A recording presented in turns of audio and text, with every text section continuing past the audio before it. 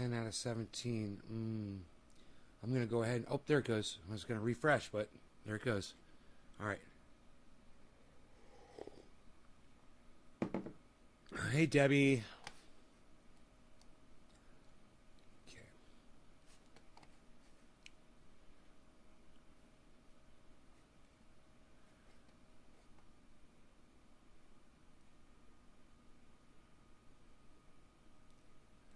So, I should have titled this differently. This show, but that's okay. Okay, well, speaking of something... Is that Orca? Hey, man. Patrick, Orca. You guys got bumped. Megsy, Hippie Chick, hello. Debbie, hi, all of you. Wow, there's a whole bunch of you got here quick, huh? I started the show a little later. You guys just popped right on. We'll keep that in mind. Let's get right with this. This is more medical misinformation provided to you by YouTube via Breaking Points. Saagar Enjeti is a libertarian. You know, people like libertarians, they like to try to claim, like people like me, that we're scared of COVID, but they're scared of the fucking vaccine. And they're scared of a little booster shot. And somebody came in here yesterday and we said we've had 5 billion vaccines administered and only 6,000 deaths, which is 0.00023%. Or something like that. Or 0.00012%, I think it was. Hey, Billy. Anyway, it's very safe. And chances are you're not going to die from it. But there's people that are out there trying to say that I'm the pussy because I went and I got the vax that they're so fucking petrified of. And I'm the pussy. The reason I got it was so I didn't want to get somebody else killed. I'm not worried about catching it myself. I'm pretty healthy. I'm really not that worried about catching it myself. I'm worried about me giving it to somebody that's going to die from it, like my elderly neighbors. You know? So when I get vaccinated, I don't do it for me like stupid fucking cunt Saagar Enjeti does. I do it for everybody else. You know? But anyway, I've digressed. Let's get on with Saagar, and you guys can see what a fucking cuck bitch he is. All right? Listen to all the misinformation this motherfucker's about to spread. Thing where people... With his high, squeaky little, no testosterone, fucking hasn't ever fucking hit puberty voice. Should be asking a wakey, wakey, folks. Welcome to the garden. Whole lot of questions. There's some pretty big news that has been coming news. out. We already brought you that the Biden administration is going to be recommending booster shots for all Americans. But buried within that is some new data from the CDC, morning. Which is a pretty bombshell revelation, which I think they're downplaying and don't necessarily want to talk about. So let's put this up there on the screen. So the CDC says that there are 3 studies on Wednesday, according to them, that provided evidence that booster shots would be needed in the coming months, predicated on the idea that early data shows suggesting a rise in breakthrough infections and a smaller increase in hospitalizations amongst the variants, amongst vaccinated as Delta variant spread in July, citing a decline in efficacy of the vaccine. Now, the certain decline in efficacy is disputed. Basically, Moderna and Pfizer were around 95% quote-unquote effective against hospitalization, death, and infection. Okay, first weasel words right there. Quote-unquote effective. No. It's not quote-unquote effective, you fucking lying, misrepresentative, fucking straw-manning, cherry-picking piece of fucking cunt shit. All right? It's not that at all. It's effective. It's not quote-unquote effective. It's effective. All right? Not quote-unquote effective. And that's where this little fucking cunt starts off. Already. Dropping a little piece of straw. Well, it was quote-unquote effective. And she sits there and lets him fucking railroad the truth all day. In fact, you know what? She's the cuck here because she's watching him fuck the truth right in front of her. She's the cuck bitch. And she sits there quietly and lets him fucking spout off his right-wing talking point, Tim Pool mind bullshit. Cherry fucking picked non-facts. Infection whenever it came to regular COVID, whatever was circulating several months ago. Now it's somewhere in the like 70-ish type percentile. Obviously, the delta in between there, that's thousands, millions of people if they get infected, so it matters. But there's a lot of questions that surround this, Crystal, which is that they have said they have no guidance currently on booster shots for people who have Johnson & Johnson. But get this. Johnson & Johnson was already only 70-something% effective. So does that make it 50%? No, dude, you don't just get to make up fucking numbers, you douchebag. It means they haven't completed the study yet, you fucking dumb cunt bitch. Jesus fucking Christ, he's such a fucking idiot. I wonder why so many people watch him. Wouldn't it make sense that they're the ones that need booster shots? The whole thing just seems completely crazy to me. And what they're recommending as of yesterday... It seems so crazy that the government is trying to figure out how to get you guys fucking vaccinated and booster shots. Hey, Jay Danks, what's up? Oh, it's just so fucking crazy. It doesn't make any sense at all to him. His little fucking, that's what happens when you don't get testosterone when you're a boy, when you're young. Your brain doesn't develop either. So he still thinks like he's a fucking baby. And he just doesn't get anything. And she sits there silently and lets him babble. Is booster shots for all Americans after 8 months. Now, okay, maybe, but I've got... No, not okay, maybe. You're not a thinking man, Sagar. You're just an idiot, and all you do is repeat things that you've heard.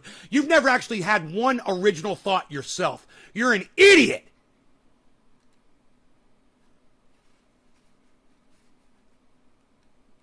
Would be needed in the coming months, predicated on new data from the CDC. I'm going back a little. It's a pretty bombshell revelation, which I think they're downplaying and don't necessarily want to talk about. So let's put this up there on the screen. Okay, so they posted information, but they don't want to talk about it? That's more straw manning. Dude, you're reading it off their fucking site. What do you mean they don't want to talk about it, you fucking liar? He's a fucking liar.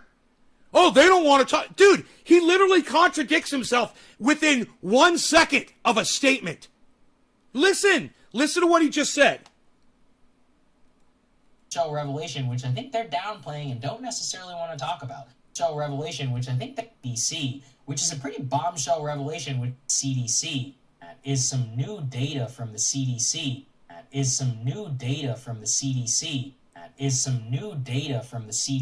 So how are they downplaying it if they're posting it on the internet for all cucks like you to read?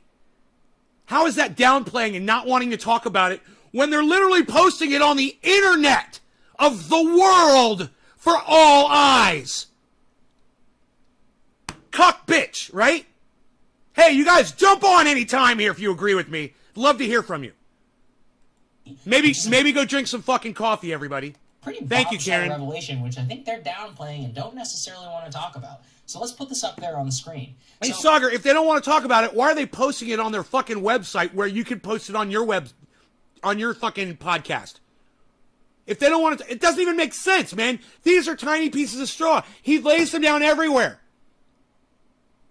And you guys need to realize that, it's basically all just bullshit. This guy makes no sense at all. He's literally just the appendix on Tim Pool's lower intestine. That's all this fucking cuck Republican bitch is. So the CDC says that there are 3 studies on Wednesday, according Hi, to Nick. them, that provided evidence Good morning, that booster buddy. shots would be needed in the coming months, predicated on the idea that early data shows suggesting a rise in breakthrough infections and a smaller increase in hospitalizations amongst vaccinated as Delta variant spread in July, citing a decline in efficacy of the vaccine. Now, the certain decline in efficacy is disputed. Basically, Moderna and Pfizer were around 95% quote-unquote effective against hospitalization, death, and infection. He did it again. Did you hear what he did? He did it again, quote-unquote effective. He fucking loves doing this shit, man. Quote-unquote effective, percent quote-unquote effective, and quote-unquote effective, and quote-unquote effective. Dude, effective means it works. It does work. That's what it proves. It's not quote-unquote effective. Why does he keep saying that? Why does he keep saying quote unquote? You know why? Because he's hoping that there's other Tim Pool lackeys out there that lick Tim Pool's salt off of his nutsack that are going to lick the salt off of the tip of his dick too. Yeah, he's hoping. Passive aggressive, no balls. Dude, this guy is just a liar. He's just straight up fucking lying. It's not quote unquote. That's a lie. It's not quote unquote. That's literally a lie when you say that quote unquote. It's taking the power out of the word. You know, when I want to say, hey man, I've got a quote unquote huge dick, ladies. Yeah, quote unquote. It's not to be taken seriously. You know, oh, I invented the air quotes. That was me. You know, when we're not being serious about things. $1 billion. Yeah, that means you're not being serious about something. So this douchebag is taking all the power out of vaccines and out of boosters. You know, at least he's attempting to, for his audience. He doesn't want his audience fucking playing into the fucking federal government's game. Let me tell you something, man. Sometimes the federal government's right about stuff. You know, speed limits, seat belts. Hey, man, you shouldn't drink and drive. You know, there's all kinds of cool stuff that the government actually does protect us from. This is one of them, and he's too much of a cuck bitch to realize it. He's so offended. He's so offended that they're trying to fucking help him. He's so fucking butthurt that the government, oh, how dare the government try to save lives? How dare you? Where's Enoch? Right, buddy? How dare you? Against hospitalization, death, and infection. Yes! This man is literally trying to kill his audience. Trendy Orca, thank you. This man is literally trying to kill his audience. Thank you, Trendy Orca. Yes! Yes, you guys are paying attention now. Exactly. He doesn't care if his own audience members die. Thank you, Kevin, because he's a cunt bitch. Thank you. Yes. Nay is a scientist on YouTube. Right, Golden Boy? Exactly. I'm a scientist. That's when you would use those quotes. That's when it makes sense. Exactly. I'm no fucking scientist, that's for sure. But that's when you would use those quotes. That's what that means. Regular COVID, whatever was circulating several months ago. Now it's somewhere in the 70-ish. Now he says whatever was circulating. Like, was it COVID? Whatever it was. I don't know. Do you guys hear all these weasel words and weasel terms this fucking weasel cunt uses and throws at his audience constantly? This guy's fucking famous, man. This guy's on a huge goddamn podcast with millions of views, man. And nobody gets to hear my little corner of the goddamn internet. Whatever was circulating several months ago. Now it's somewhat regular COVID, whatever was circulating several months ago. What? Into regular COVID, whatever was circulating several months ago. Regular COVID, whatever was circulating several months ago. Why does he state it like that? Whatever was circulating. Like, I don't know if it was, you want to call it COVID. Maybe it was something like a flu. Maybe it was whatever. I don't know. What do you mean, dude? You're not even making sense when you do shit like that. All he's trying to do is play to the fucking Tim Pool douchebags out there. You know, if you're just on the fence about this and you're not sure, well, you're going to love this guy. Because he's going to bring you over to the dark side, man, the Republican fucking side. You know, the view of, you know, government bad, vaccine bad, and if you get it, then you're playing into the government's hands, you know, and you're allowing yourself to be controlled by the government's narrative. Go. Now it's somewhere in the 70-ish type percentile. Obviously, the 70-ish. Yeah, I got the vaccine. As soon as I could, I got the vaccine. Fuck yeah, I got the vaccine. I got it. Fuck yeah, Moderna, double shot. Boom. Where was I with this? Ish? He was saying 70-ish. Oh, really? Is it 70-ish? Are those the legitimate figures, bro? 70-ish? Obviously, the delta in between-ish type, 70-ish, 70-ish, 70-ish type, 70-ish. Is it 79? Is it 71? Is it 75? What is it? You're not really doing your audience a service by obfuscating the numbers, by putting an ish after the facts. And that's more straw manning, cherry picking bullshit. He finds a fact, oh, it's dropped to 70, whatever. He doesn't give you the exact number to make it sound like the science is skewed because, if he obfuscates the number, then it means the science is obfuscated too. There's obviously something wrong there if he doesn't have the exact number. So he's going to say 70-ish to make it sound like, they're just throwing numbers out there. No, that's what he's fucking doing. He's just throwing numbers out there at people to confuse you and to make you think that the government's trying to control you. Because they're trying to stop a disease that's murdering folks. Type percentile. Obviously, the delta in between there, that's thousands, millions of people if they get infected. So it matters. But there's a lot of questions that surround this. So it matters? So it matters. So it matters. So it matters. So it matters. So it matters. So it matters. Infected. So it matters. But there's a lot of questions that surround this, Chris. Well, I don't understand. If it matters, why are you working so hard against it if it matters? Why are you trying so hard to pull it apart at every fucking turn? Every little tiny piece of straw that you could pull out. Why are you trying so hard, Sauger? Oh, because he's a right-winger. Because he's just like Tim Pool. Because he loves Republicans' nutsacks deep in his throat. That's what he is. He's a fucking Republic cunt. That's what he is. All right? Get it straight. He's not fucking independent. He's a right-winger, and all he's trying to do is gently shove their narrative down his audience's throats. That's it. God, this guy makes me fucking sick. That said, they have no guidance currently on booster shots. What makes me really sick is that, and you know what I'm about to say. Crystal sits there and doesn't fucking say anything. She just sits there with her perfect posture and her cute little whatever the fuck she's wearing that day, and her pretty fucking curled hair and her little fucking pursed lips and her fucking piercing but intelligent eyes, her all-knowingness, and says nothing! She's still kind of cute, though. In a really intelligent kind of way. Turns me on. I wish she'd just fucking stick up for the goddamn truth.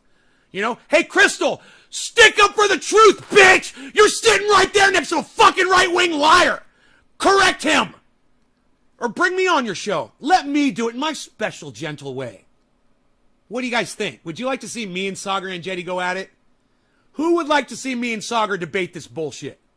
I'll fucking rip him apart. He's got no facts. He's got 70-ish. That's what he's got. That's what he's going to bring to the table. 70-ish. And I'm going to bring, dude, you've got no testosterone. You don't even deserve to be in the same fucking state as me. Even if it is Vermont. And Johnson. But get this. Johnson & Johnson was already only 70-something% effective. So does that make it 50%?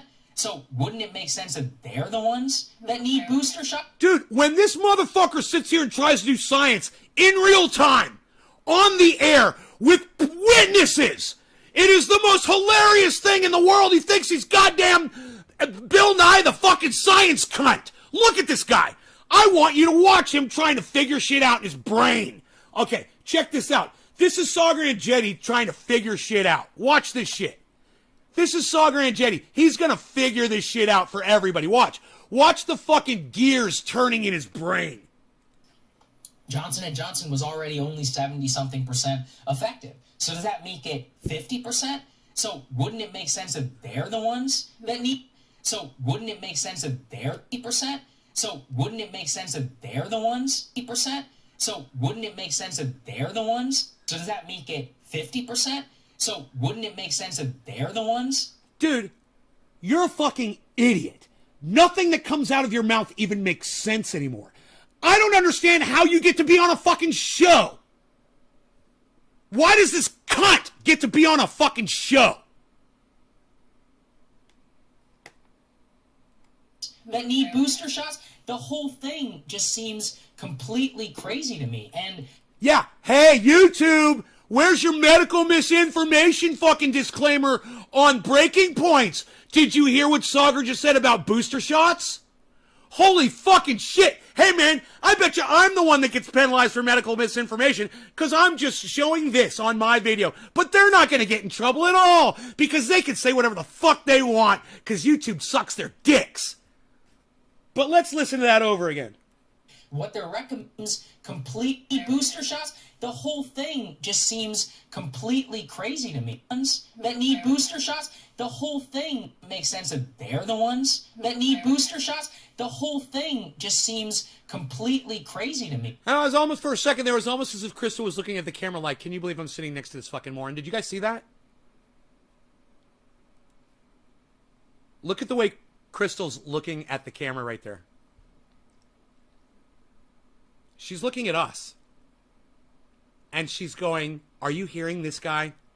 Because I'm not in a position to where I can really call him out for the cunt that he is. But I hope that you guys, I hope that Trendy Nay is out there somewhere calling this cunt that sits next to me, this cunt right here that sits next to me, out for the whole world to see that he's a fucking liar. Look, has this guy convinced anyone in my audience of anything yet? I see I've lost a couple of you, but there's still a good number of people here. What's up, Chris? I was going to mention she looks like she's disagreeing with him for a second. I would like it if you would talk more on my live stream. Thank you. All of you. I want those comments, guys. I want to hear what you have to say about this. I'm trying to inspire conversation here. I'm trying to let you guys see how YouTube has subverted the truth out of me and gives these motherfuckers a platform that millions of people see every day. And I get, my 100 views. That should piss you right the fuck off. It should activate you into wanting to help me to get my voice out there more. To try at least. I try to prove this point every day on this show, man. I'm like a goddamn lawyer, but it's like I'm going to the same goddamn court case day after day after day, and the judge just doesn't seem to be showing up. And I am pleading my case. No judge. No jury. Just me in a courtroom pleading my case every day. Nothing will ever come of it. If you guys don't activate, if you guys don't get on Twitter, if you guys don't start sharing the video and telling people about this, having a conversation on your own with other people about this, nothing's ever going to come of it. And cucks like this, they're going to get to be the ones that spin the narrative for the whole world. And they are literally telling people that the booster shots are bad. That's what they're saying. That's what he's saying. That's what he just said. He's like, well, who needs one? I mean, listen to the way he fucking says it. Johnson. But get this. Johnson & Johnson was already only 70-something% effective. So does that make it 50%? So wouldn't it make sense that they're the ones that need booster shots? The whole thing. Did you hear his reasoning? He grabs fake numbers. He just makes shit up. Oh, 70. Does that make it 50%? Well, no, Sagar, it doesn't. You're not a mathematician. You're not a medical expert. You're not a scientist. And you're not even a fucking podcaster, man. You're a murderer. That's all you do is you murder your fucking audience with disinformation, man. And YouTube is a murderer too because they let you spread it. Fuck Google, and fuck YouTube, and fuck Breaking Points, and fuck Sagar and Jetty, and fuck all of his fucking fake-ass, phony fucking friends. Just seems completely crazy to me. And what they're recommending as of yesterday is booster shots for all Americans after 8 months. Now, okay, maybe, but I've got a lot of questions here because isn't it the elderly and the Hey, Sagar has a lot of questions, everybody. Sagar has a lot of questions. Sagar is the one that we trust to ask all the... Right? Are you listening to this? Like Sagar speaks for all of us. Do you trust this fucking cunt bitch? Do you trust this dumb cunt whose balls never dropped, who doesn't have any testosterone, whose voice still cracks every third word? Do you trust him? The man's penis is probably this big. Do you trust a man with a dick that big? I don't.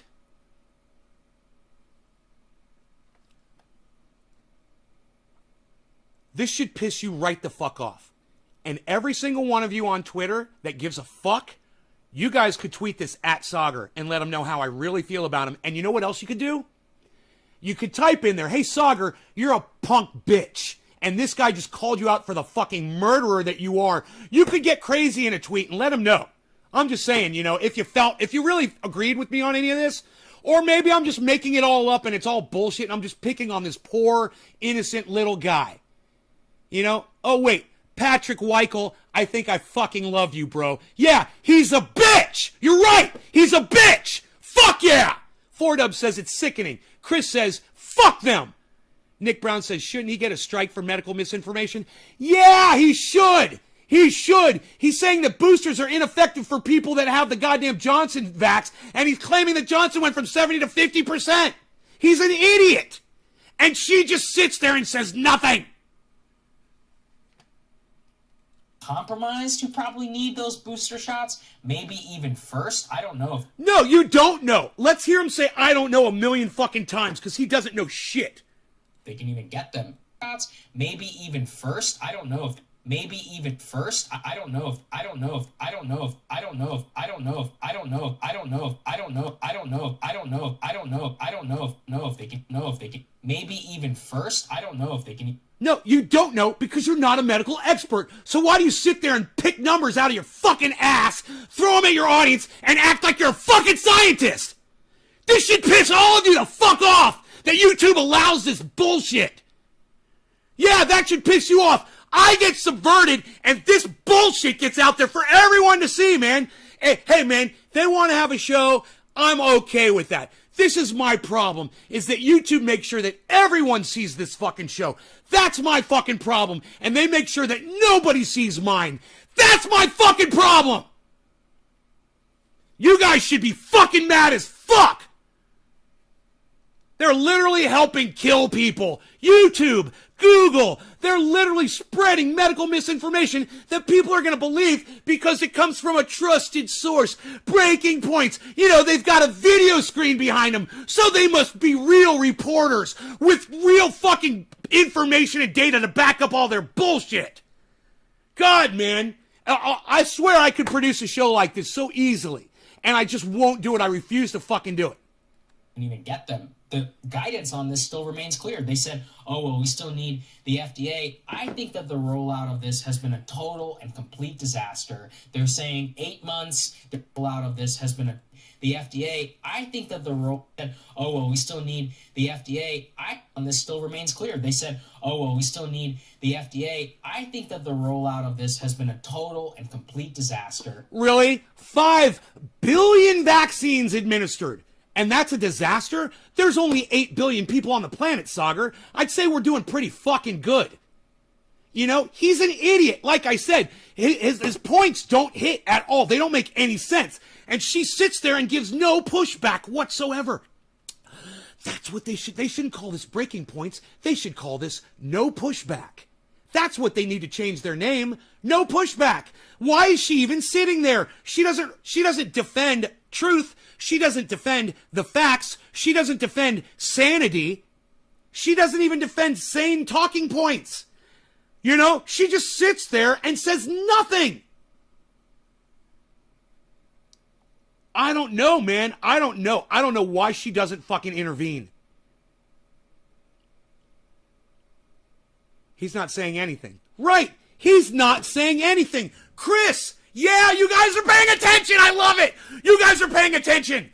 Exactly. He's not saying anything. Exactly. Oh my God. I love it when you guys are paying attention and listening. You guys get it. Today, we're fucking getting it. We're on this shit.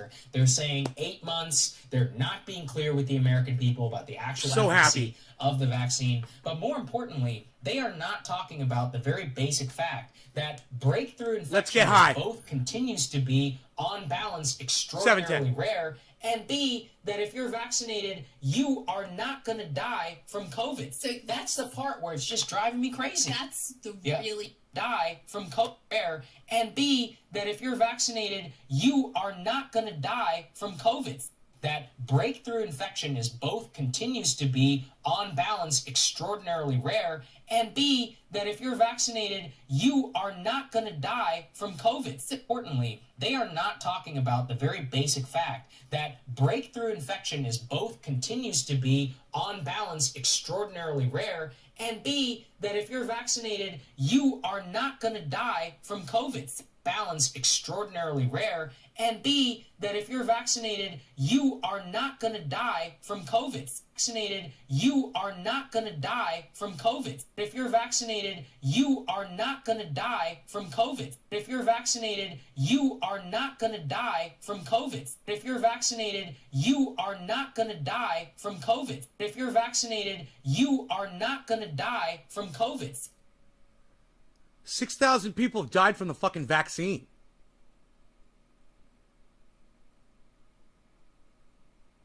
So, I don't even understand how he can get away with making a statement like that. I'm sure people have died from COVID that had the vaccine.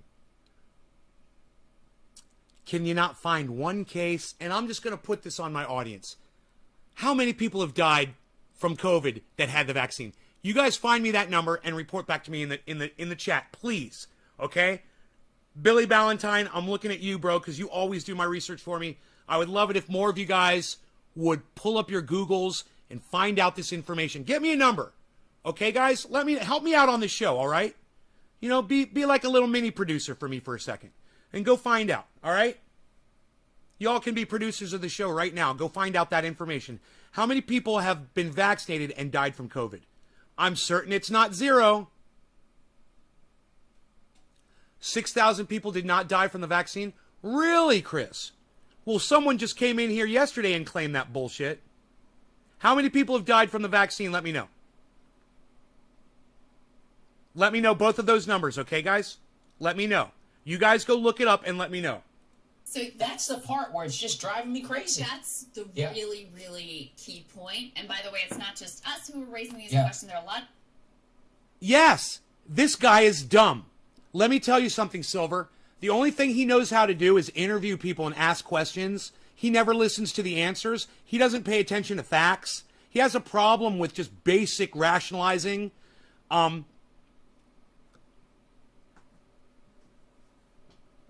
me ask you this. If every human being on the planet got vaccinated, if every human being socially distanced and wore masks, do you think we'd have COVID today?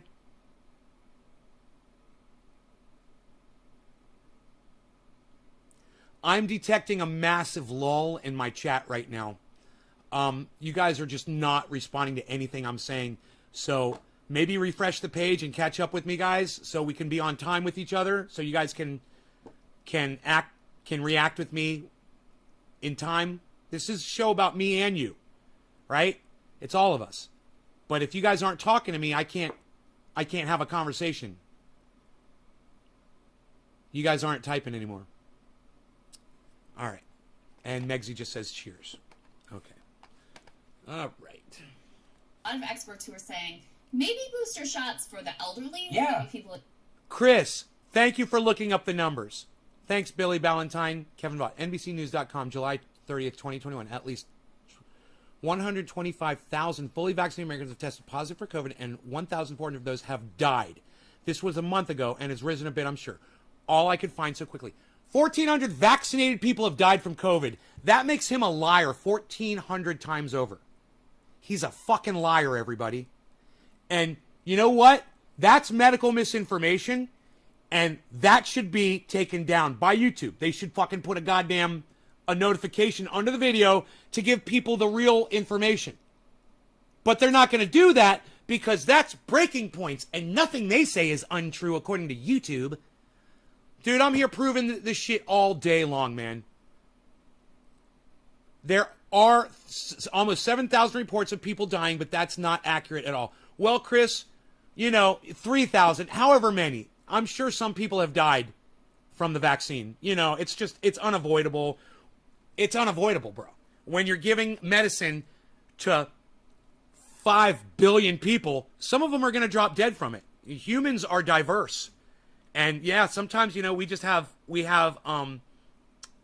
allergies that we've never even heard of before. Somebody's got an allergy to peanuts. I mean, Fuck, that's crazy, right? I'm allergic to peanuts. 23rd on CDC website. Okay, 2063, says Nick. Cause of death is not always clear. That's true. I understand, Chris. I understand. I do understand. My point is this. It's not zero, right? We can all agree that Sagaran Jetty is a fucking liar. He's literally just lying to his fucking audience all the time. I don't know how many lies I've already fucking picked out of this goddamn thing. But let me tell you, he does this all the time. He did it with UFOs. He tried to convince his audience that the UFO footage from the Pentagon was real, that they were aliens. Yeah, that those blurs and those exhaust plumes. Yeah, he tried to convince his audience that all that bullshit was actual UFOs visiting us from another planet. He's such an idiot. You know, and I got a problem with you if you believe in aliens, man. I got a problem with you. Boom! So if you're watching this show and you really believe, if you're convinced that there's aliens here, or that they visited us, or that you've seen a UFO, I've got a serious problem with you because you're just like that dumb cunt over there, Sagaran Jetty. You're just like that dumb cunt. You don't look at facts. You only look for pieces of straw, cherry-picked evidence, and you're a confirmation biased professional. If you believe in UFOs, that's all you've ever done. You haven't looked at the actual evidence. You only look at what confirms your bias, that your bias is that they exist. And to confirm that bias, you only look at convincing evidence. You don't look at the shit that actually is debunked, do you? Because you're a weak-ass bitch! No aliens, motherfucker! Your life just sucks dick, and there's no aliens that are gonna come and abduct you and take you away from this shitty fucking planet. Get the fuck over it! You know, everybody needs a goddamn savior. It's either God or aliens or the energy that flows between all of us. I'm so sick of all your bullshit! There's so many fucking excuses to not deal with reality. I wonder how many of those Sagaran Jetty subscribes to. In nursing homes, maybe people who are immunocompromised, the entire population Killamil, what's up? Doesn't really support that this is necessary. Why? Tinfoil hat turds. It is true that they are finding, at least in these few studies, let's do a dab, that vaccine efficacy wanes over time in terms of breakthrough infections. However, the thing we really care about, severe illness and death, hospitalizations and death, there continues to be very strong efficacy with the vaccine. So just to read this piece from the New York Times, it says, taken together, the studies show that although the vaccines remain highly effective against hospitalization and deaths, the bulwark they provide against no longer regarding cannabis, cannabis has weakened in the past few months. So what does that mean? That means you're more likely to get... is she going to extrapolate? So what does that mean? She's... That although... Oh, everybody, Crystal's going to extrapolate for us. Let's hear her extrapolate. Although the vaccines remain highly effective Cheers. against hospitalization and deaths, the bulwark they provide against infection with the virus has weakened in the past few months. So what does that mean? That means you're more likely to get a breakthrough infection, but it's going to be relatively minor. Yeah, it's like going to be Greg like Abbott having a right cold, having a minor flu, like Right. Greg Abbott, the He has governor no of Texas symptoms. is experiencing right now. That is the data that we... He has no symptoms. You hear that? How do you know it's fucking Greg Abbott? You think he's going to be honest about his symptoms? He trusts a Republican to be honest about his COVID infection?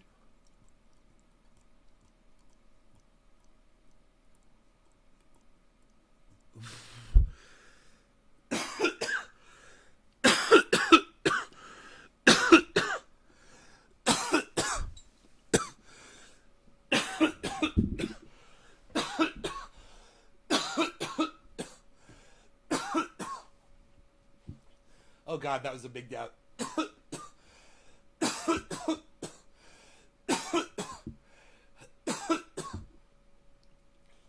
Oh my God.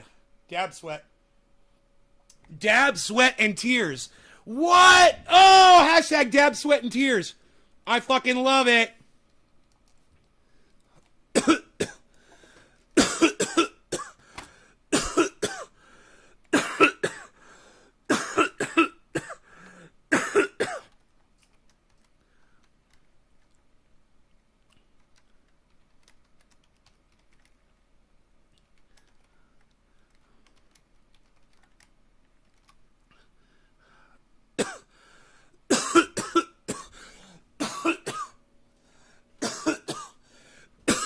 Nick, you got it.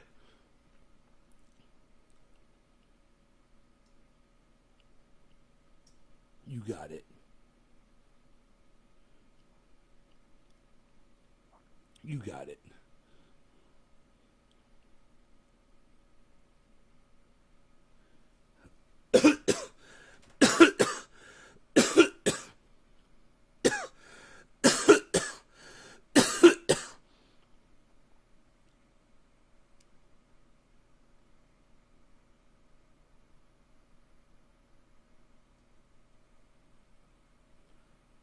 I'm trying to show this sweat, dude, but I can't.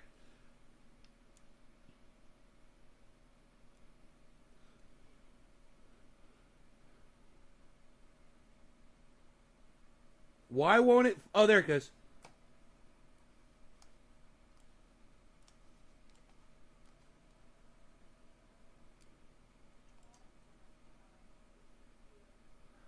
Whew. What a sweat, dude. This thing won't stop. Look at that sweat.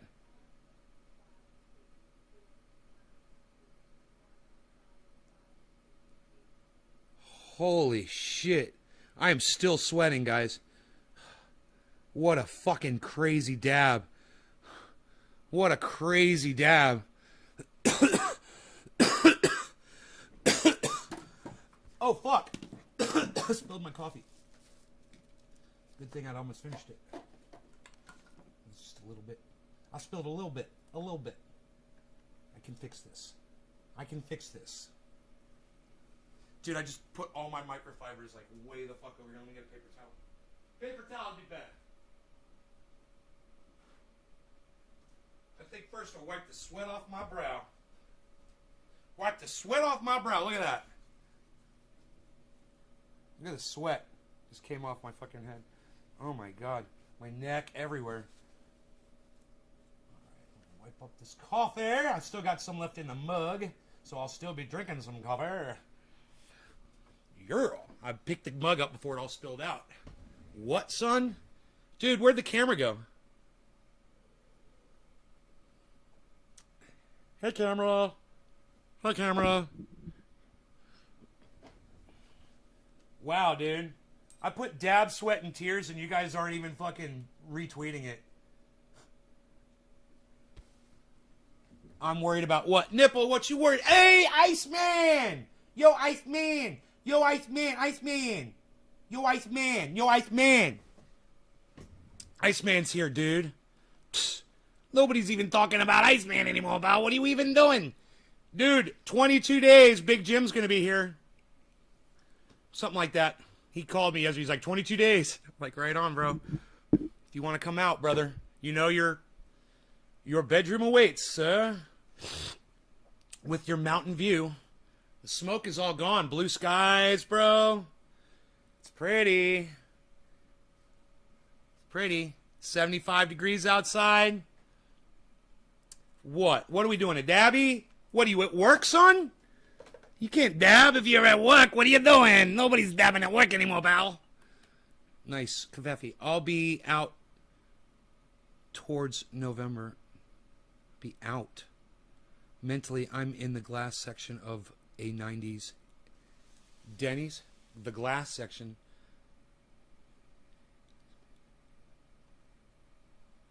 Remember when Denny's used to have a smoking section? I do. Adam, what's up? You're at lunch? Hey, I'm gonna do dabby for Iceman. Hey, Adam, what's up, buddy? Okay.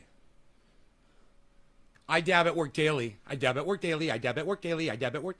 Doesn't Crystal look fucking hot? Let's watch some more Crystal. She looks great. We have right now. Now look, if you go up the sort of risk spectrum, if you're an older person, if you have a lot of comorbidities, if you are immunocompromised, then it starts to make sense that you might be one of those rare people who gets the breakthrough infection and ends up in a really dire place because of it, just because you don't have that strong immune system to be able to fight back. Then it starts to make more sense. But just I remember something about the glass. That everyone There's like it's like a party room. Without really explaining right? Why? Again, I think it's dude, very sketchy decision, I'll say. And I also think it does. Do you guys remember what Denny's used to be called? Do you guys remember what the restaurant Denny's used to be called? Something else. Who remembers what Denny's used to be called? And I'll tell you why they changed the name. They changed the name because Denny's name, you kids might not know this, but that restaurant that you love to eat at all the time, their name used to be racist. Yeah. You guys remember? They had a racist name. Been saying, look, this is all just about the money to start with. Pfizer was reportedly really pushing for this, and it looks like the administration ultimately... No law regarding cannabis. Cannabis isn't for all. Work, work, work. Cheers, everybody. Did he? Yeah. And it undermines, like, these I just want you guys to know, these vaccines work really well.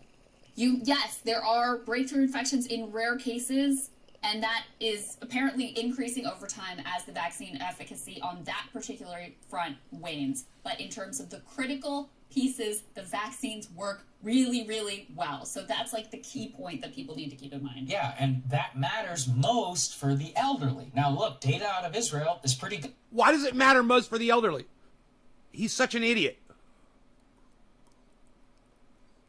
It doesn't matter most for the elderly. He's a fucking liar. It matters for everybody. Your children, teenagers, adults, elderly, everybody.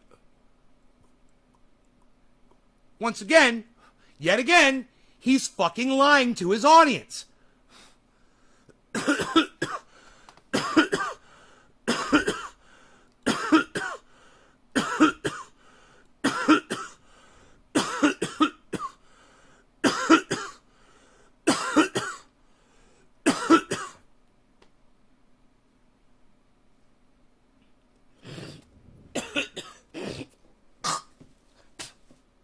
Maybe it was Perkins.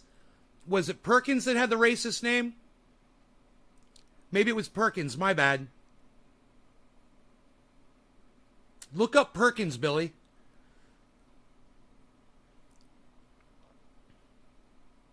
Or maybe that one just totally went out of business because they had a racist name. I thought they changed their name to Denny's.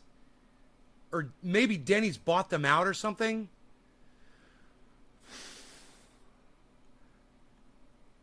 I don't know. You guys, nobody knows, huh? Nobody knows that racist name of the breakfast restaurant from the 60s and the 70s.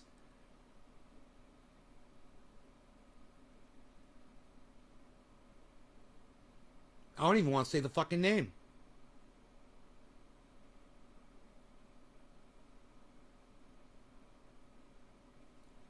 Huh.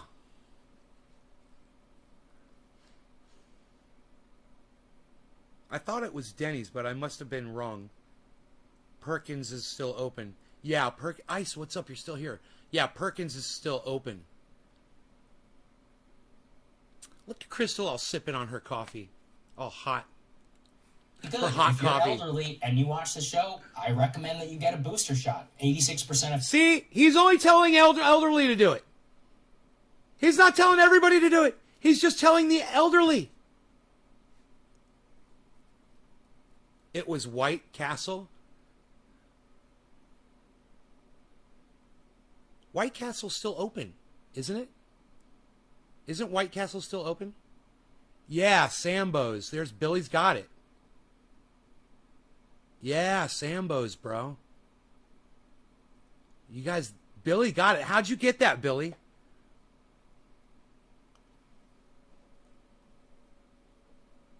How did you get that? I'm so impressed with Billy Ballantyne. He really kicks ass as far as mining information. He knows how to do it. I would like to have Billy teach a master class for all of you on how to research information, how to source out shit, find things out quick, and educate yourselves quickly on shit. Instantly. That's what I do. I've gotten smarter over the years in my old age with Google, man. I just Google shit and read about shit. Yeah, I listen to podcasters who are more intelligent than me.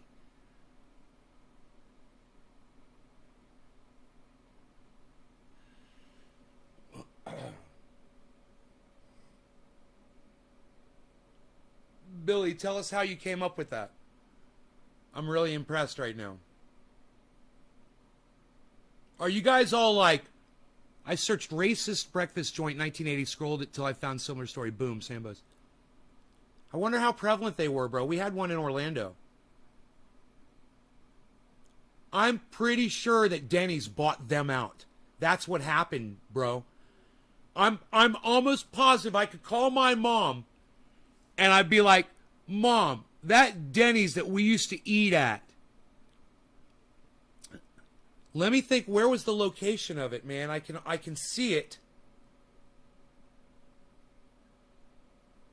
I can see the goddamn restaurant, but I'm not certain of where the location was of it.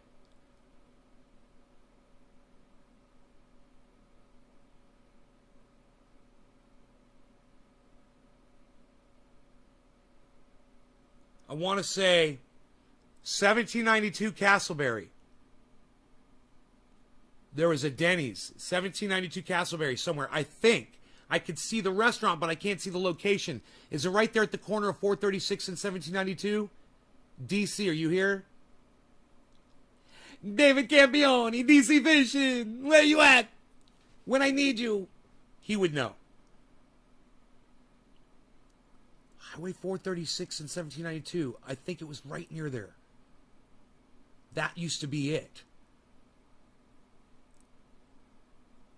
Surrounded by Keith.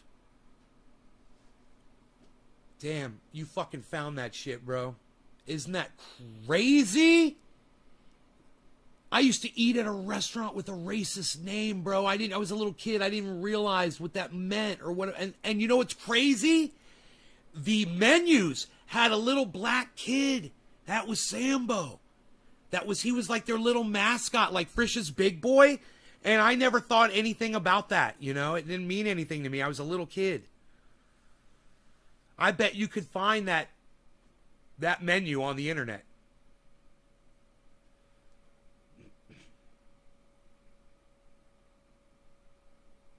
It was nationwide. It was nationwide. Does it say that Denny's bought them out? Dude, I could see that motherfucker. I can see it. I can see that Denny's. It keeps popping into my brain, man, but I think I got the location wrong. God, I wish fucking DC was here. He'd fucking tell me right now. Denny's got in trouble for being racist in their hiring. Yeah. I think I remember that. I think I remember that story about Denny's. I remember that shit. Kevin, right? You remember it now, right? We have racism. We've been basted in racism. We don't even remember it. It was almost like we were indoctrinated into it, man. And we didn't even realize it, you know, when we were kids. We didn't know, you know? What the fuck, dude? It's so fucked up. Food service denying providing inferior service to racial minorities, especially black customers, surrounded by Keith. Which restaurant refused to serve blacks and then got fined for it? That was in the 60s, man. That was common for restaurants to not allow black people in. It's fucking crazy, man. They had my father grew up around all that racism in Florida, in Orlando. Signs, water fountains that only white people could use, bathrooms that only white people could use. In restaurants and out in public, all kinds of fucked up shit like that. You guys might not know about that stuff, but I've heard the stories from my father. You know?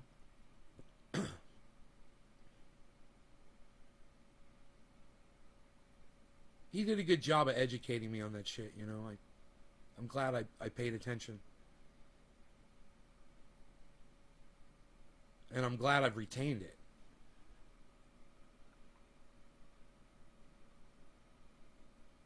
I mean, there might be just enough time for humanity to get over all this bullshit. Racism. There might be time. Or at least for a lot of it to die off. But I just think the media goes about it the wrong way. Especially corporations that produce commercials. And they know that those commercials run on big news stations where there's millions of people watching every day. And they try to, they select actors and actresses based on their race. You tell me that's not fucking racist right there. That these advertising agencies, they're literally looking for a certain person of a certain color for a certain role. Because that's the way it is. Sanford, Fridays was white night, Saturdays was black night. Sanford Plaza. Really, Dan? I didn't know that. White night and black night. Wow, man.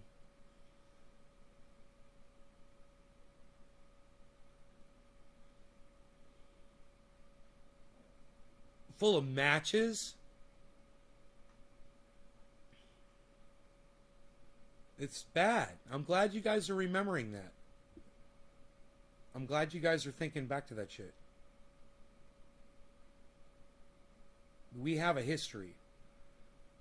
And when I heard Tim Black talking about reparations, you threw up. I feel like throwing up right now. Nippleton, I feel like throwing up right now. Literally. I've been fighting it for the last few minutes since we started talking about this. It makes me sick to my stomach. I'll smoke some cannabis and that'll settle my stomach.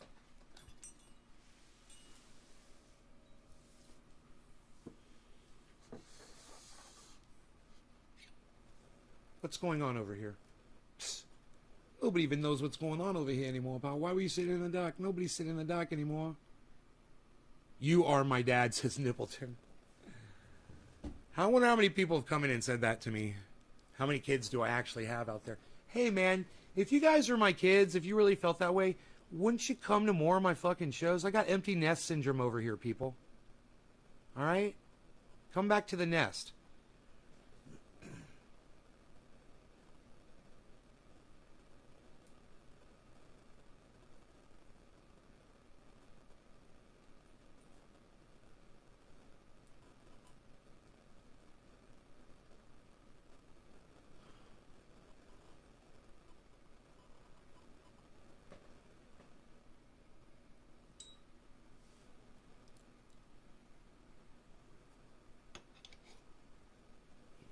Today's Monday. Bitcoin's making a steady climb upward.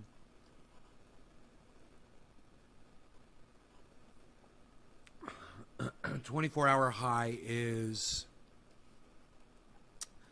49,418.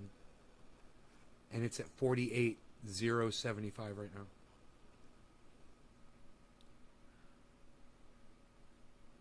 Really racist before Martin Luther King was terrible. It did take a few decades to really turn things around, in my opinion. Yeah, I mean, if we came this far, we got to get rid of all the subversive racism. All the other half of people that are racist that are still in denial that they're racists. People that support racist leaders. That would mean all the Republicans and all the Democrats. They're all racists. If you're a Republican, you support Donald Trump, you're a racist because he's a racist. If you're a Democrat and you support Joe Biden, you're a racist because he's a racist. That's a lot of racists. But I believe that there's more people in the world that don't subscribe to voting than that do. So you fucking cuck Republican cunt bitches out there, you guys are outnumbered now. And the more of you that hear my words and say, yeah, man, all politicians suck balls. Why the fuck am I even voting? Why am I even voting? Fuck this stupid fucking system and fuck these cunt lying bitch politicians. why should I even fucking vote?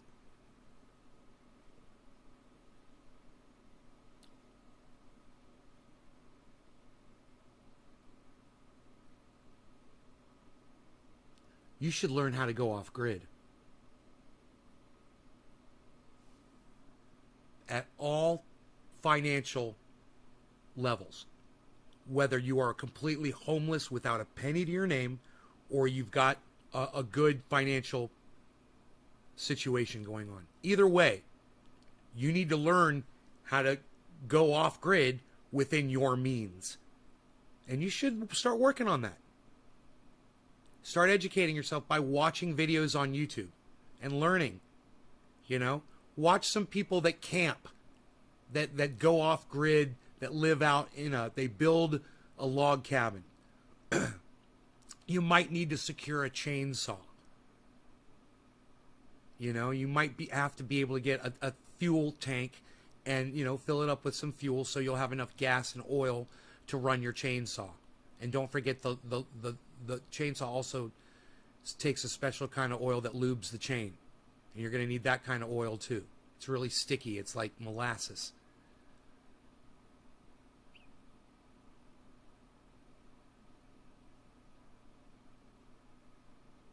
That's it, man. You can fucking do it. You can get a chainsaw and some fuel. Go out in the woods. Go build yourself a fucking cabin.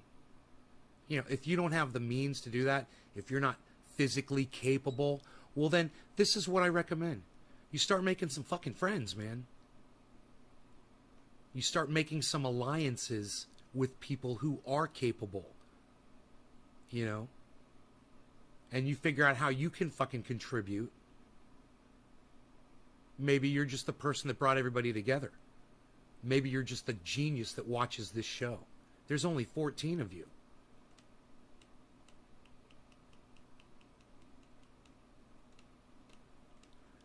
But you don't want to take this shit seriously. We've got 100 years left. If you don't learn how to do this now, your kids, your grandkids, they're all fucked. And your grandkids are not going to live out full lives. Or at least the grandkids that aren't born yet. Anybody born right now should be okay. 100 years. If they're born right, if they're alive now, they should be okay. Your great grandkids are fucked. They're going to get a 50-year life. Maybe 60 years. Tops. And the last few years are going to be shit.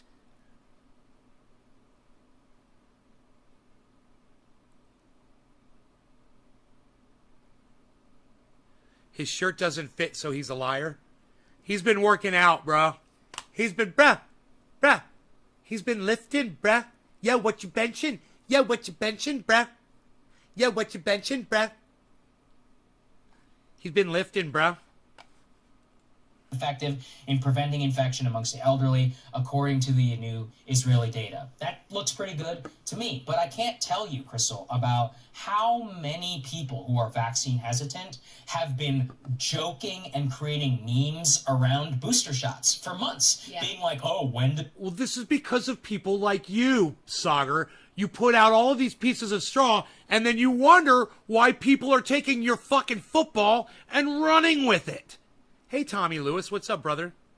Does it end? And look, they're not wrong. I mean, when does it end? What does it mean? How long does the efficacy last? Why are we focused purely on efficacy of breakthrough infection? Why are we not focused on the efficacy of hospitalization and death, which right now are really good? Right, Steve Running? I understand a lot. I take this very seriously, too. That's why we're watching it. That's why me and 14 other people are watching it right now. Reason we have even... You guys want to share this around on Facebook in a group, whatever, like Tommy Lewis just did, get some people in here? Yeah, please do. I think this is very important. I understand it's Monday. People have to go to work. I understand. Higher hospitalization right now across the... Let's find everybody who's got their Monday off that's sitting around smoking, wondering what they can do. Like, on Twitter's a great place to find people who are just available. They're just sitting around at home tweeting and shit. Find those people. Say, hey, come on over to the show. Check it out. Give them a personal invite. The country is what reason? It's amongst people who aren't vaccinated, and they made their choice. That's on them. I don't think there's anything like in terms of the public health discussion around all of this, really what I see... Everything that comes out of his mouth sounds like it comes from an AI generator, Billy. You know what's just so funny? I just watched Ex Machina last night again. What a great fucking movie. I watched it on Showtime. It's fucking great. It's such a great movie. And Showtime's playback is really high def compared to fucking shit flicks. Way better. Their playback engine is way better than shit flicks. In fact, I don't think the movie stalled at all last night. At all. Throughout the whole time I watched it. And I watched 1.5 movies last night. Did I watch? No, I watched 2 fucking movies last night. I believe. Yeah, till the end. I watched 2 fucking movies. Yup. You're sculpting a severed head. It feels good to be in good health. The last 10 pounds are the hardest. Yeah, dude, I need to go have a cheat day, bro, but I haven't done it yet. This is what I'm gonna do. I haven't done this in a while, in like a month, but I'm gonna go to McDonald's. I'm gonna get me a Big Mac, heavy pickle. I'm gonna get 2 cheeseburgers, heavy pickle, with Big Mac sauce added to the cheeseburgers. I'm going to get a large fry and a small Pepsi. I'm going to get a large fucking Blizzard because fuck you, I'm cheating. Yeah, I'm getting a large. I'll be getting a large Oreo Blizzard. I'm going to slam so much fucking sugar into my body, it's just going to go like, fuck you. And my gears are going to start churning again. Yeah. You know what I'm saying, bro? You make me want to shout, get my hands up and shout, get my feet up and shout.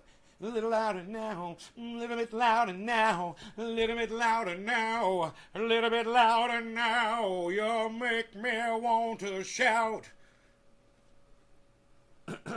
Wait a minute.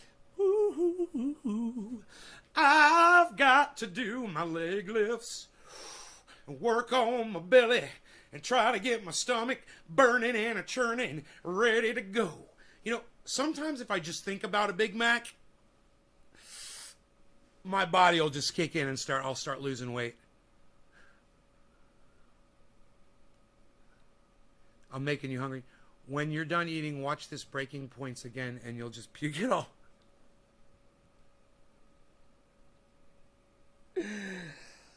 Billy, why are you so funny, Billy? Billy, why are you so funny? It's going to be the same thing like with masks. Already, if you're one of those people who's not going to get vaccinated, then the booster shot thing is just going to confirm your priors. Yes. And if you're one of those people who are vaccinated, you're like, oh my God, I got to go get my booster, have the date, exactly 8 months. Why is he trying to make fun of people like me that want to get a vaccination and get a booster shot? Do you hear the way he's talking about people like me? This is why he's a fucking cunt. He's a fucking dumb cunt. Same thing like with masks. Already, if you're one of those people who's not going to get if you're one of those people who's not going to get vaccinated, then if you're one of those people who's not going to get vaccinated, then the booster shot thing is just going to confirm your priors. Yes. And if you're one of those people who are vaccinated, you're like, oh my God, I got to go get my booster, just going to confirm your priors. Yes. And if you're one of those people who are vaccinated, you're like, oh my God, I got to go get my booster. God, I gotta go get my booster. God, I gotta go get, oh my God, I gotta go get my booster. Oh my God, I gotta go get my booster. Oh my God, I gotta go get my booster. Oh my God, I gotta go get my booster. Have the date, exactly 8 months to the day. You're gonna go, those people were all probably fine anyway. And the country's just gonna split apart. I also have questions around the vaccine thing. First of all, I got my vaccine card laminated. So now what? Does that mean how is somebody gonna sign it? You're not supposed to do that, right? I didn't know, but it's because I went abroad. And God, I gotta go get my booster. God, I gotta go get my booster. Oh my God, I gotta go get my booster. Oh my God, I gotta go get my booster. Oh my God, I gotta go get my booster. Oh my God, I gotta go get my booster. Oh my God, I gotta go get my booster. Oh my God, I gotta go get my booster. Oh my God, I gotta go get my booster. Oh my God, I gotta go get my booster. Oh my God, I gotta go get my booster. Oh my God, I gotta go get my booster. Oh my God, I gotta go get my booster. Oh my God, I gotta go get my booster. Oh my God, I gotta go get my booster. Oh my God, I gotta go get my booster. Oh my God, I gotta go get my booster. Oh my God, I gotta go get my booster. Oh my God, I gotta go get my booster. Oh my God, I gotta go get my booster. Oh my God, I gotta go get my booster. I think, if anything, that cuck bitch right there and the way he's acting should be the very reason you go get your booster. Am I right? Now that that's the guy that's saying that the people that want to get their booster act like that, doesn't that make you want to get a booster now? Even more? Get your boosters, folks. If you want to get one, get one. And don't listen to people like this. Look at the way he is with his hands. And look at the way Crystal's looking at the camera. Again. Like apologetically. It's almost like Crystal does these moments on purpose so that people can go back and reference this and go, see, Crystal knew. She looked at the camera every time he said something stupid. She just never responded to him and pushed back like she should have. Why can't we laminate our Vax cards, right? I don't know, Billy. I think it's fucking crazy. Umaguma. Dude, I do stuff like that on here all the time. I'll make music, man. I'll be all DJing.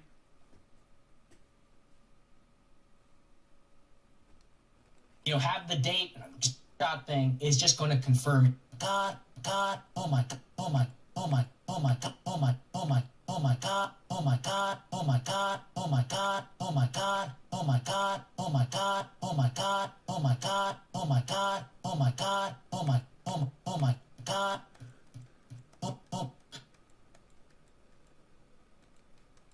oh my, I go get my boost, I go get my boost, oh my, oh my God, oh my, oh my, oh my, oh my, oh my, oh my, oh my, oh my, oh my, oh my, oh my, oh my, oh my, oh my, oh my, oh my, oh my, oh my, oh my God, oh my God, oh my God.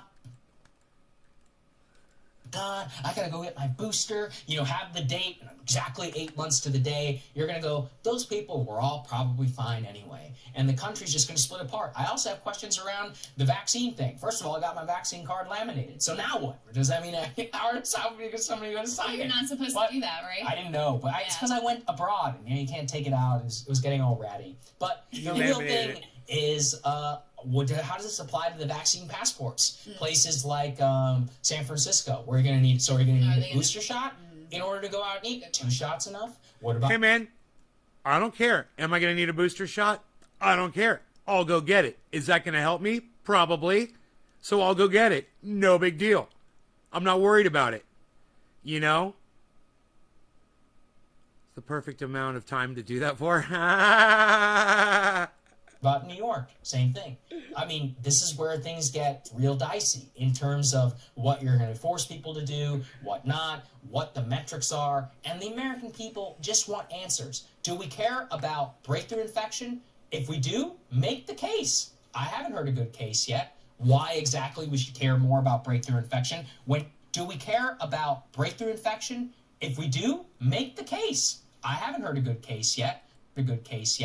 Case. I haven't heard a good case yet. Case. I haven't heard a good case yet. Case. I haven't heard a good case yet. Case. I haven't heard a good case yet. Case. I haven't heard a good case yet. Case. I haven't heard a good case yet. You haven't heard a good case yet?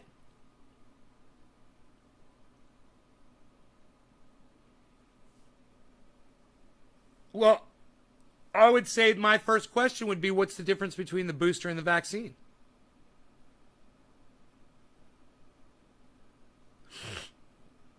That would be my first question. What's the difference between the booster and the vaccine? Is it the same fucking thing?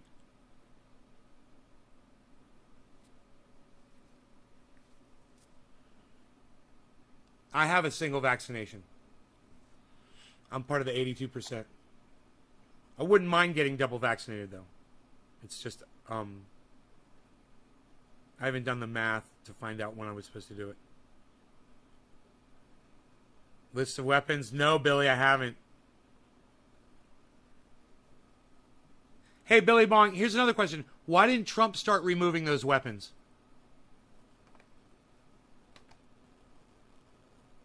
And why did Trump release fucking 500 Taliban? Or 500, was it ISIS? 500 ISIS fighters. Whatever the fuck he did. Or 5,000. I'm sorry. You know, they're all fucking corrupt, bro. All of them. Fuck them all. Don't vote for either. You're a racist if you vote for either Biden or Donald Trump. Don't vote for any of these fucking douchebags. Fuck them. We were just talking about that before.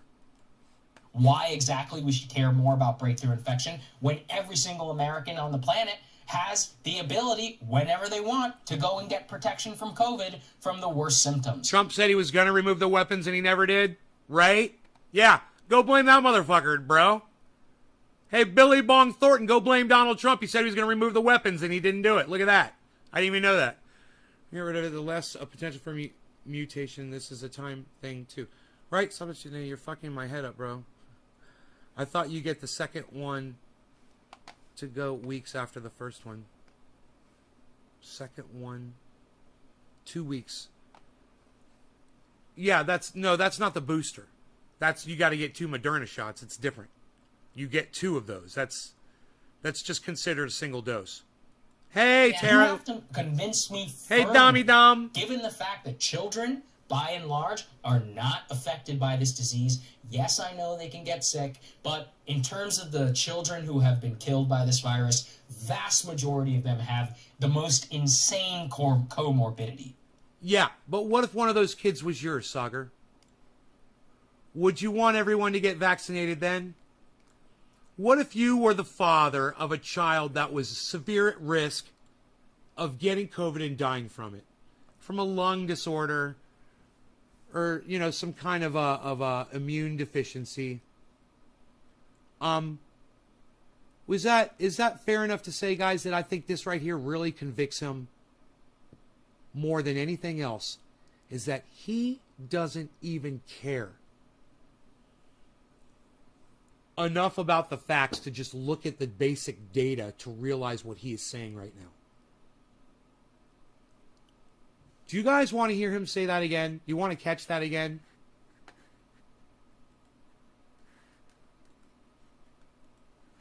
I believe there's only 11 people watching the show right now.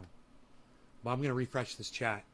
Well, I'm not refreshing the chat. I'm just pulling up a second one to check the number. I'm surprised there's only 11 people here, but this is really boring for a lot of people, I guess.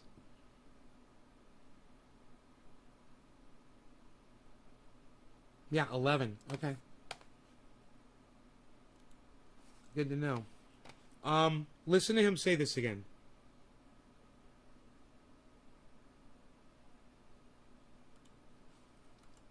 Given the fact that children, by and large, are not affected by this disease, yes, I know they can get sick, but in terms of the children who have been killed by this virus, vast majority of them have the most insane comorbidities, right? Like leukemia or lymphoma or something, which... Dom says, I'm making too much sense for some people. But Dom, that doesn't even make sense what you just said.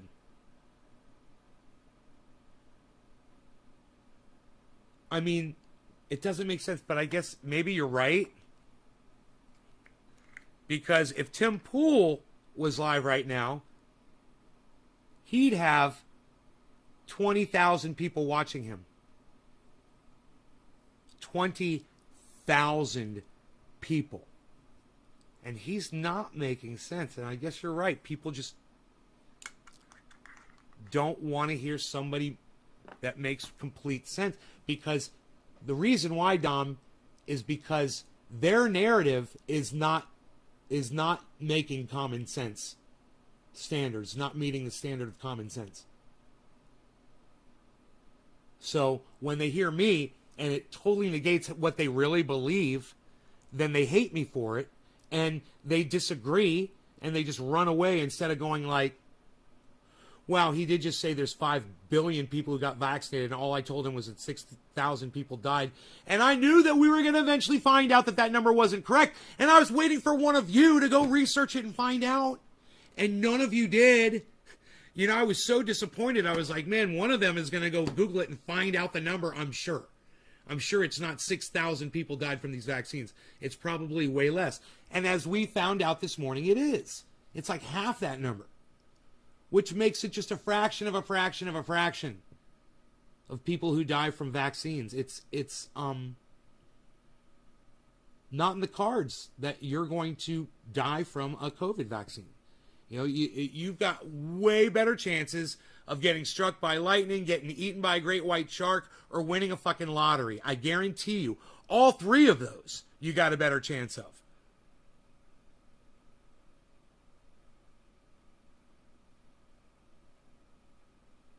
And I'm just doing this, people.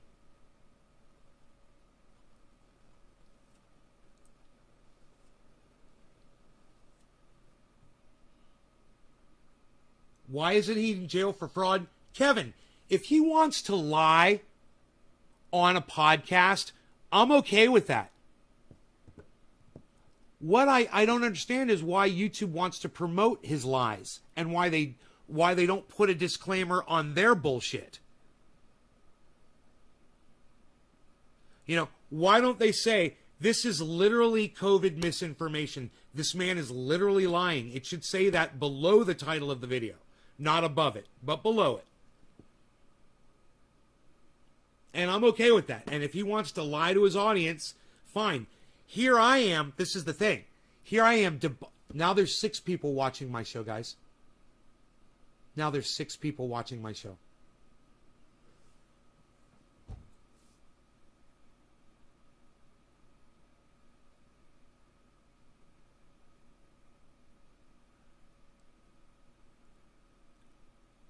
YouTube should definitely allow the debunking of the bullshit to proliferate equally. No matter what my saltiness is or whatever amount of cursing, they're obviously okay with people cursing. You know? So, you know, I hear giant podcasters curse all the time. They don't get penalized for it. It seems like if you're in, you're in, and if you're not, you're not. But they want to really amplify this narrative. It's crazy. These liars, these fucking liars. And you know what? This is hilarious. Look at Crystal right here. They're just as complicit. Look at Crystal, guys. As any other misinformant, and Crystal is just as guilty as any other misinformant on YouTube or anywhere for sitting there in silence and not defending the facts. Like I sat here with you guys in real time and we defended the fucking facts. You know, during my show, while I'm live, we defended that. They don't do that. And nobody fucking fact checks this motherfucker. He's, you know, everybody should get vaxxed. Your children are probably needing to get vaxxed. You know, they're saying, you know, young kids, I don't know, what's the age limit on a vaccine? What's the youngest kids that are getting vaccinated for COVID? How young can you be and receive a COVID vaccination? Google it. Google. There's 6 of you. Somebody Google that. 6 fucking viewers, man. I'm broadcast. Hey, thank you, Taro. 13 years old? Well, that's just fucking stupid. Why can't a 10-year-old? Oh, now you're saying 12. Why can't a 10-year-old? Why can't a 9-year-old? Why not? That's just fucking stupid. But, okay. 11. Dan's saying 11 now. 11.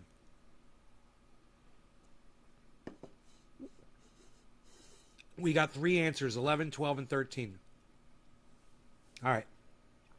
So let's just go with, 12 in between those 3 numbers, right? All right. So let's say everybody that's 12 and older in the United States and in the world gets vaccinated, and we don't vaccinate kids that are 11 and younger.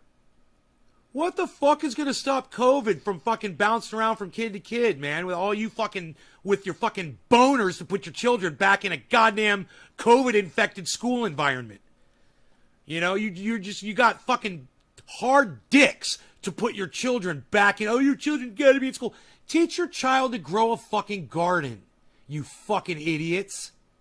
Teach them what they really need to know, how to feed themselves, how to live off grid. How to not fucking play into this stupid fucking this facade of a fucking government. It's a joke. Teach them that at home. What do they need to learn? Calculus?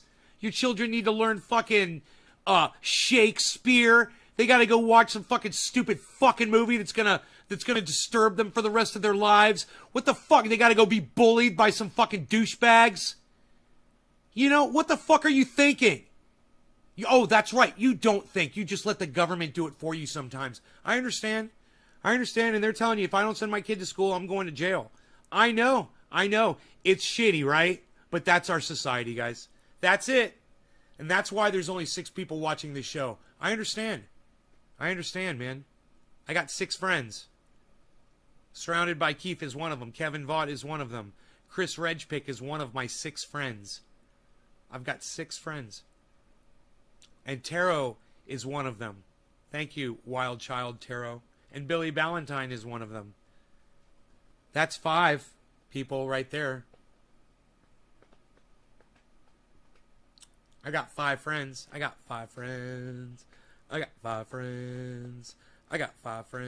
10 friends now. I got 10 friends. I'll be your friend, says Dan. Dan will be your friend. Dan Anderson, I'll be your friend. Dami Dam Dam. Yo, Nay, good show, says Dami Dam. $48,118 is where Bitcoin is right now. 48,100 basically. And it's slowly headed upwards. But it looks like Ethereum fucking shot way up. Ethereum looks healthy. $3,267 a coin. You imagine that, man? Let's do a little demonstration. Let's do a little demo.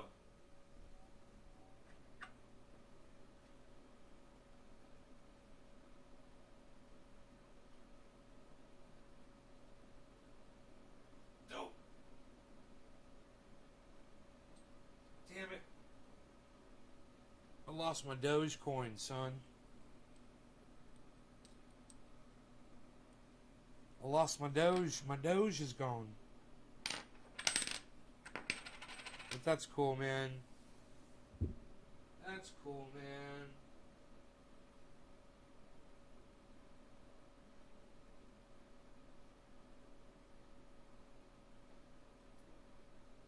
Litecoin.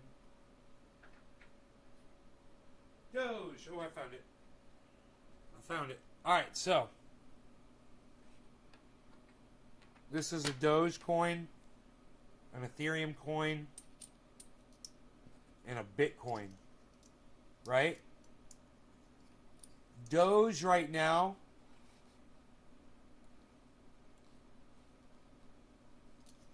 this coin right here, this represents something that is worth 27 cents. The Dogecoin. That's 27 cents. The Ethereum coin, right here, that's worth $3,266.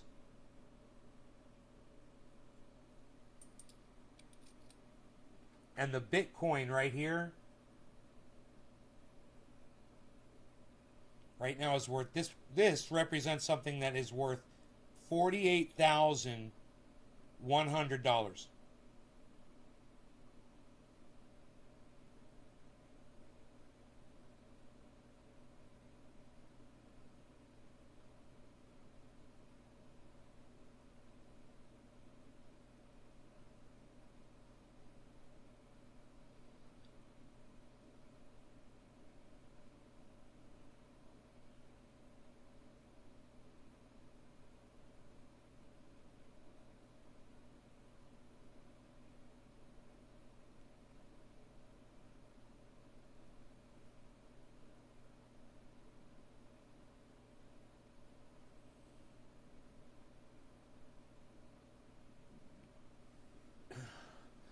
Now, you can get just as successful by purchasing any of these. So you could make money buying this Dogecoin for 28 cents. Right now it's 28 cents. It just went up 27.7. Right? Or 0.277. So this is 28 cents, right? You could buy a whole bunch of these, right? You could buy a whole bunch of these. Like, you could put $1,000 down, and you could have, you know, a few hundred of these. Or, you could, these are $3,263 for the Ethereum. You could just buy $1,000 of this. You could buy a third of one of these for your $1,000. And with the Bitcoin, you could buy, even though it's $48,000 for a Bitcoin, you could buy just $1,000 worth of that. Now that would be 1/48 of what it's worth. Like if you just slivered off a 48th of it, that's really all you'd have. But with all three of those, they all have value. And it doesn't matter what the weight is for any of them. You can invest in any of them at any level. You can even get a little tiny amount of Bitcoin if you want. Or like get $100 of Bitcoin, $100 of Ethereum, and $100 of Doge. Right? So spend $300. Beezle! What's up, Beezle? And you could be just as successful on any of those, whichever you're most comfortable with. And that goes with all 10,000. There's like over 10,000 of those now. It doesn't matter which one you invest in. You can make money whether they're going up or going down. You should watch Carl the Moon on YouTube and learn all about that. And he talks about, you know, more advanced trading than what I do. I do long-term investing. And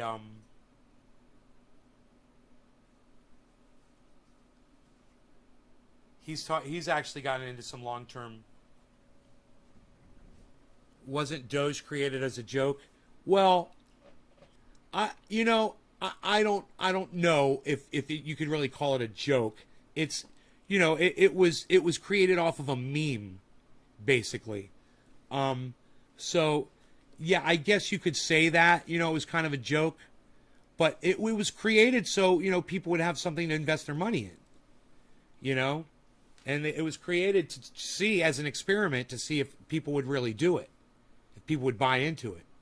And it's worth fucking 27 cents now. Doge, 27 cents, 28 cents.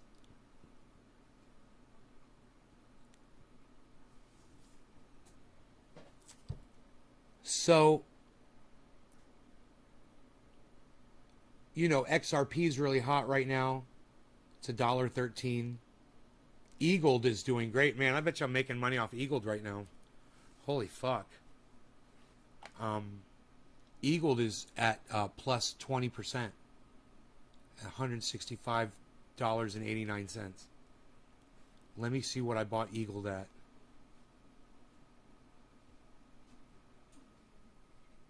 Do we want to go all the way through this video?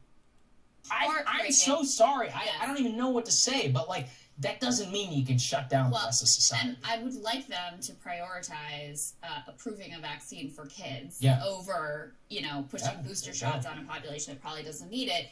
I just want to give you some numbers to underscore this again. This is from an epidemiologist, Ellie Murray at Boston University. Dr. Murray says, together the new studies indicate overall vaccines have an effectiveness of roughly 55% against all infections. 80% against symptomatic infection, so that you even know you have it, is 80%, and 90% or higher against hospitalization.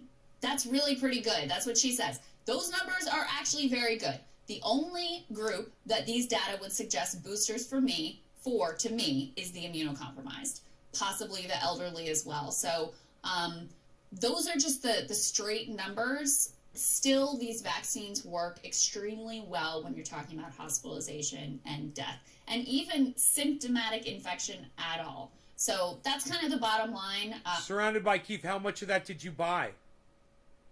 At $4.23.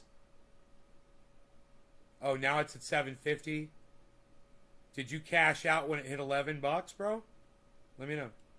With the boosters, make your own decisions about it. If you're a person who's in a higher risk category, then no, don't make your own fucking decisions about it, man. Jesus fucking Christ, this is so fucking stupid. The things that these people tell you will get you killed. I don't want to listen anymore. I'm taking them off the screen because it's detrimental to my fucking audience to listen to this misinformation. Fuck them. Wow, man.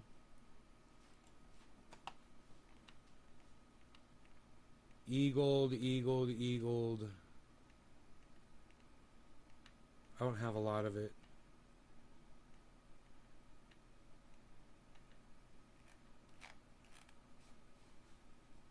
I don't even know where it is here.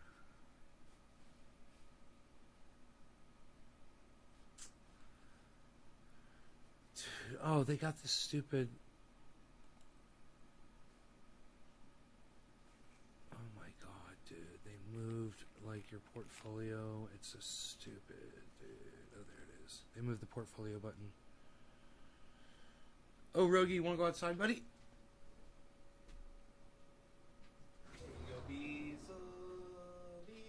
It's nice out. 81 degrees. For now. Alright, Eagled. Harmony is, whoa, guys. Harmony is kicking ass. Making me some cash, man. Harmony. Holy shit. Engine is doing well, making me some money. Okay, Eagled.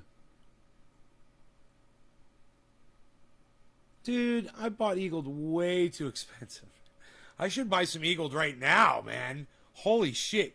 It's kicking ass right now, and I bought in way too high on Eagled, but I don't have a lot of it.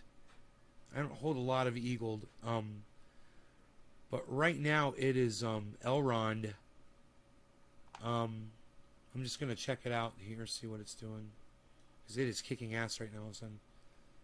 Over the last day, it just shot up. It's all the way down to 139. And now it is 166, dude. Damn. It just blew up, but now it's just holding right there for the last... What's the time at? 3 hours. It's been holding, slowly climbing though. And it's way under where I bought it at still. But it's, dude, it was way lower and I didn't even see it. It's fucking crazy. Let me see where mine is sitting at. Where did I buy it at? I bought it at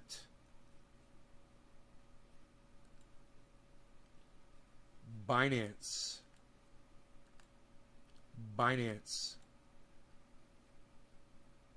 When it was really expensive.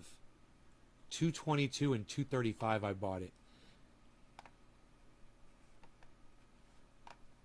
Wow.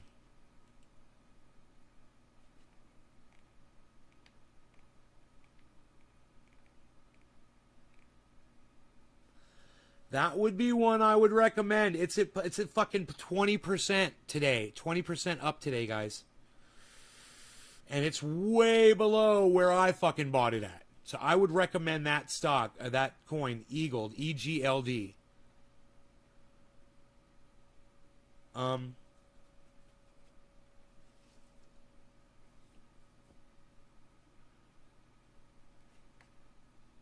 There's stuff that's way down.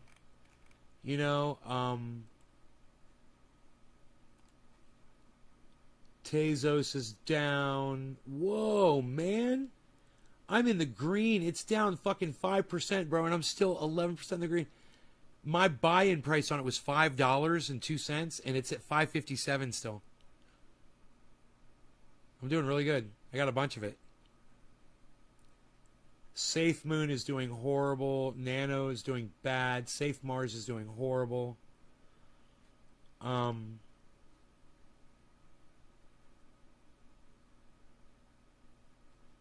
Internet Computer ICP is doing horrible. Neo is doing horrible. OMG. What the fuck's up with OMG, man?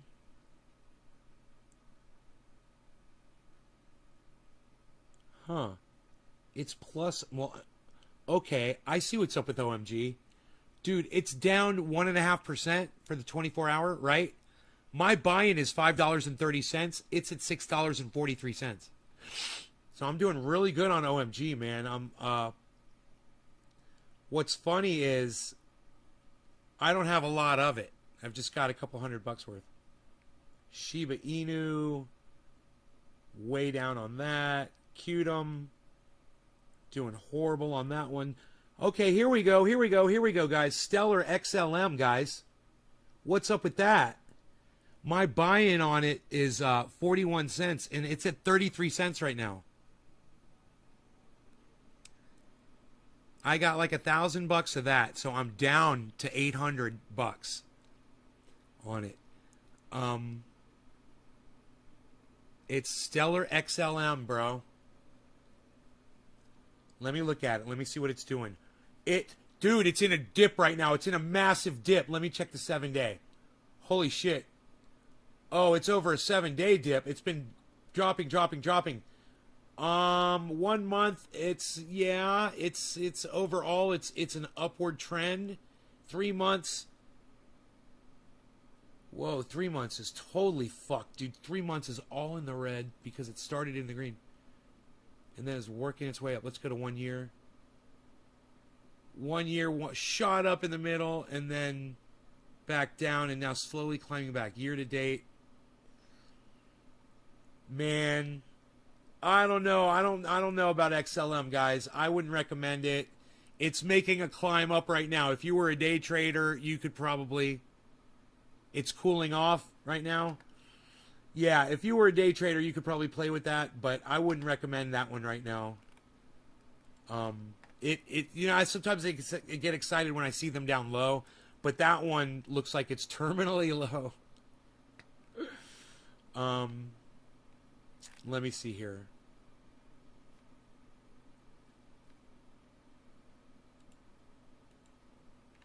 We were at XLM. Okay. Polygon is $1.39 right now. My buy-in on Polygon is 98 cents. Making a killing off of Polygon Matic right now. Fucking slaying it. Dude, if a trader saw that right now, like a regular day trader looked at that, they'd be like, good call on that one, bro. You bought it at under $1 and it's almost $1.40 right now. Yes. Doing really good. All right, Qtum. I don't know about Shiba Inu. I don't know about... looking for the mass low here. I wouldn't recommend those. Graph, GRT. That might be something you could look at. Okay. My buy-in is $1.83, guys, on Graph.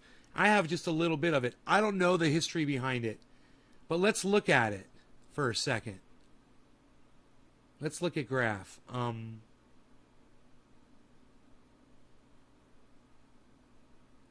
Because it's really cheap. It's $1 under what I bought it at.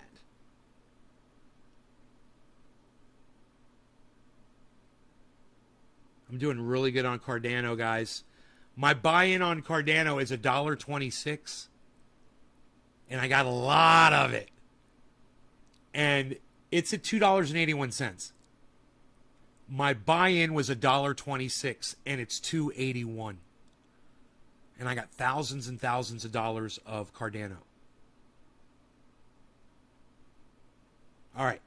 Let's look at Graph, GRT. Let's see what's going on with that one, because it looks like it's down in the dumps. Matic's becoming a competitor to Ethereum. You know, I would say Matic is a competitor to Cardano. But Ethereum, bro?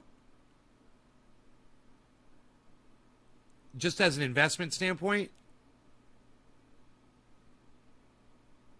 I mean, I remember when Matic and Cardano were exactly the same price just a few months ago. And I said, there's something happening here.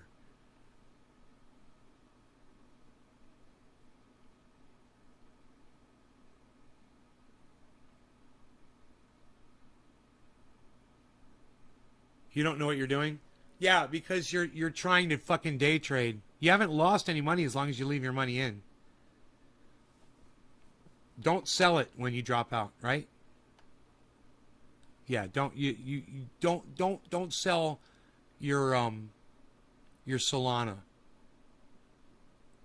Dude, you need to spread that shit out, man, across a whole bunch of different cryptos, not just Solana. You should have $20 in Solana, $20 in Bitcoin, $20 in Ethereum. You know, if all you're playing with is $400,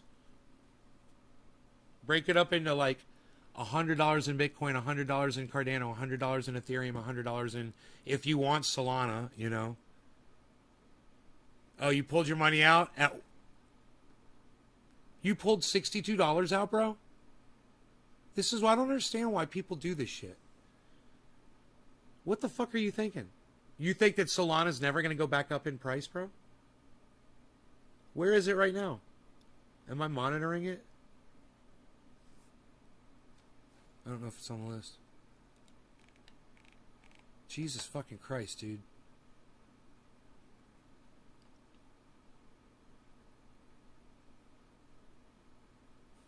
I can't help you, bro. I can't help people that don't hodl. You got to come in here and listen to me, man. I don't know who gave you the goddamn Solana tip. You just like the name or something, bro? Yeah, I don't even monitor them.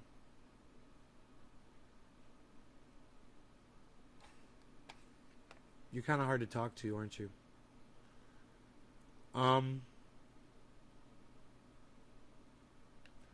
Okay, over a day, the graph has just dropped down over 24 hours. It did reach a peak of 92 cents. Over the 7-day, it's been a gradual drop. You found it on your own? Are you a fucking bro? You found it on your own. Are you a crypto expert? Would you took your own advice there, homie? What are you gonna do? Brain surgery on your neck? You give yourself a tattoo, bro?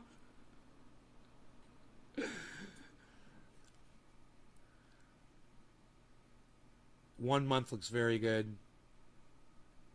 3 month looks like a big recovery after a long. That's a big head and shoulders right there, bro. Graph's about to have a fucking breakout, I would think. If this is, dude, can you apply head and shoulders over 3 month? Where the fuck is Killer GB at? Can you apply a head and shoulders over 3 month? Or does that only work on like 1 day shit?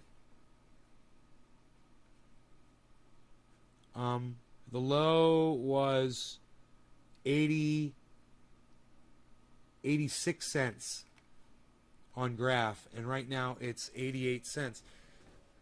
Let's still do a little research on the Graph. All right, so let's go to thegraph.com. HODL, right. You said too late. Does that mean you already pulled your money out of Solana? I would never do that. Never pull your money out when a coin is low. Right? You only pull it out when it's breaking even or at a profit. If you got to do something like that. You know? Okay, APIs for a vibrant, decentralized future. The Graph is an indexing protocol for querying networks like Ethereum. Here, you guys want to see this with me? The Graph is an indexing protocol.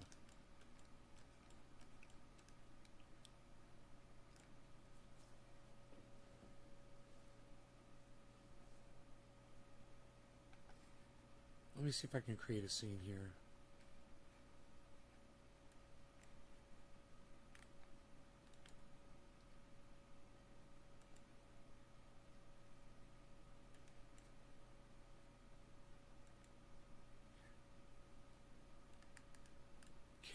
Let me just say,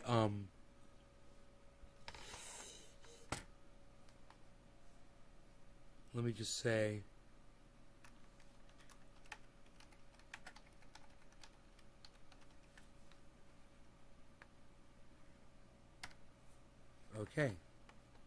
Desktop 1 with commentary. That's fucking cool. Let's go back to host scene and let's get rid of this. Oh, right, let's get rid of that. And let's do this. Right, and then I should just be able to go, boom. That's cool, dude. So I can just go between them. Host scene with commentary. All right. So anyway, APIs for a vibrant, decentralized future. Anyone can build and publish open APIs called subgraphs, making data easily accessible. What are the newest DeFi projects? That's kind of cool. A global graph QLAP. Subgraphs can be composed into... a global graph QL API. Subgraphs can be composed into a global graph of all the world's public information. This data can be transformed, organized, and shared shared across applications for anyone to query with just a few keystrokes. Say goodbye to custom servers. Before the Graph, teams had to develop and operate proprietary indexing servers. This required significant engineering and hardware resources and broke the important security properties required for decentralization. Web3 is a new stack for radically better internet. All data is stored and processed on open networks with verifiable integrity of the Graph. Yeah, so how proliferated is this? It's a new frontier and we're just getting started. On a shared neutral foundation, by combining Web3 protocols, developers can build D-apps with powerful new features for solving the world's greatest challenges. None of these are clickable links. Supported networks. This is important. Ethereum, Polygon, Arbitrum, BSC, Cello, Avalanche. That's a big one, guys. Avalanche. It's one worth looking into, which I don't own any. XDay, POA, and Phantom. The Graph Network. Okay, here we go. An open network producing the fastest, cheapest, most reliable way to access data for the crypto economy. Learn more about the Graph. Here's a clickable link. Developer, indexers, curators, delegators, organize data, products, Subgraph Studio, create subgraphs and API keys, Graph Explorer, explore subgraphs and interact with the protocol. Subgraph Studio. Okay, let's say we want to get their software. Let's see what happens. This is how you check out a fucking cryptocurrency, guys. You go to their website and you see what they're offering. See if it impresses you. Biza! What's that, Biza? You want a cookie? You got breakfast? Connect a wallet to use Studio. Huh. That's pretty fucking easy. So there it is. I wonder if there's a,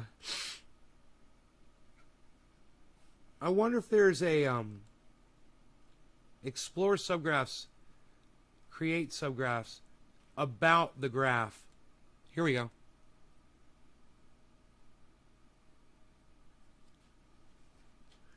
APIs for a vibrant, decentralized future. Oh, it takes you right back to here. Explore subgraphs. Old subgraphs can be viewed in the Legacy Explorer.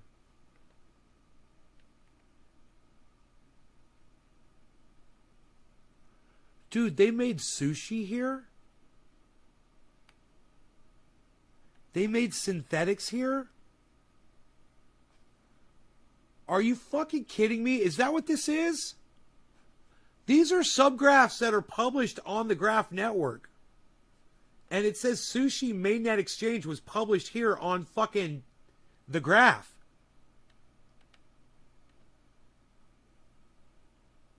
I own Sushi, bro. And I own some synthetics, too. Let's click on synthetics. What the fuck, bro? Mainnet. Synthetics is the backbone for derivatives trading in DeFi, allowing anyone anywhere to gain on-chain exposure to a vast range of assets.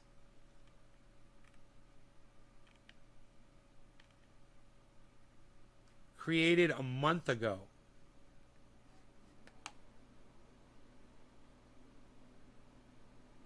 Huh. No, okay. I get it. The crypto was not created there. They've created a graph there for their crypto. That's what's up. Okay. I understand it now. Sushi Mainnet Exchange aims to deliver, created a month ago. Last updated 17 days ago. Huh. That's interesting.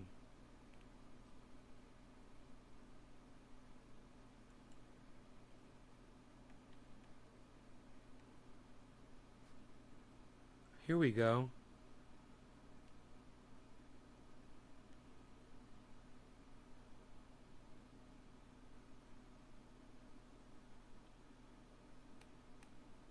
Indexers.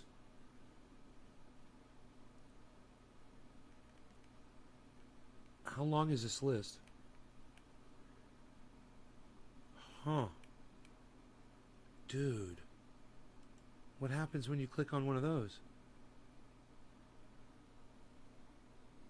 Owned stake, 493 graph. Income for 30 days, 874. So these are people that are making money indexing this stuff, man. That's interesting.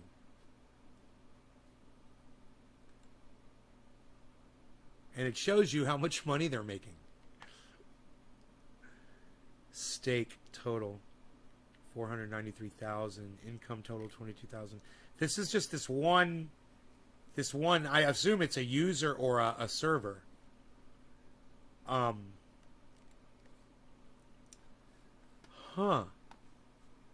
Network.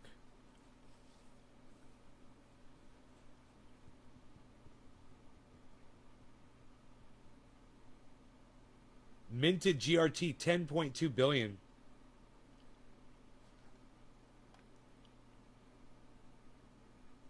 I like to look at all this stuff and act like I know what I'm looking at. I have no idea what the fuck this shit is. Where's Crypto Lark when we need him? Or Guy from Coin Bureau? Or Daps, you. Reverse Head and Shoulders as well. You can win if you don't stay in. GRT was one of my first coins. Got it 30 cents. Sold at 60. Eventually, it hit over $2. GRT. Where's GRT now? It's at 89 cents. Huh. It's an interesting. It's down low, man, but it's starting to slowly climb up on the 1 day. But over the 7 day, it's showing a decrease going down in the 7 day. Down, down, down. So I wouldn't recommend that one either right now. I mean, it might be the time to get it. It might be over time.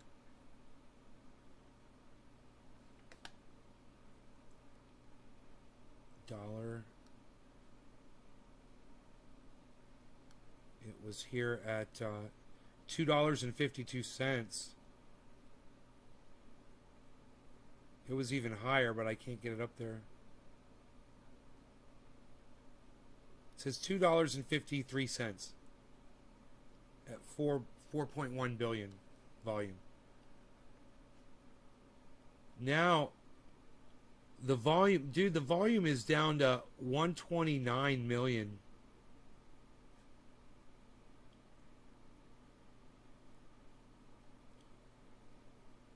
Huh. Why'd that volume drop so much? That would be something we'd want to find out the answer to for sure. You know?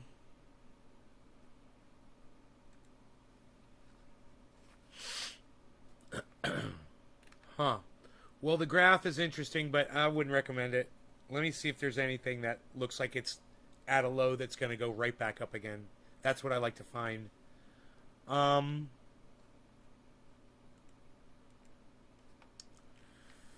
We got down to graph. Okay, then we got crypto.com.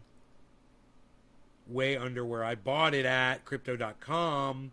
It hasn't been doing very well, though, since it came out on the market. It went out public. IPO. 1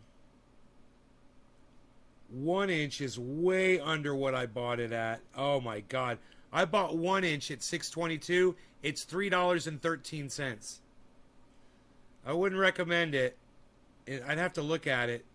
Polkadot is way under what I bought it at. Holy shit. What is going on with Polkadot, man? Dude, I got Polkadot at $32.83. It's at $25.40. Now, that is one I could recommend, guys. You want to pick up some $25 Polkadot? What was the low here? $24 over 7 days. $23, man. Dude, over the month. Dude, you guys, Polkadot. I would totally get Polkadot, man. That's the one. That's the one I would recommend right now. $25.40. Let me find out where I purchased my Polkadot at. I would totally look at Polkadot, everybody. It's way down, man. It's going to come back up. Polkadot.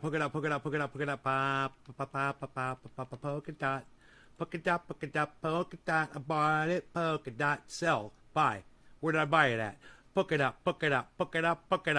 Crypto.com. Crypto.com. No fee.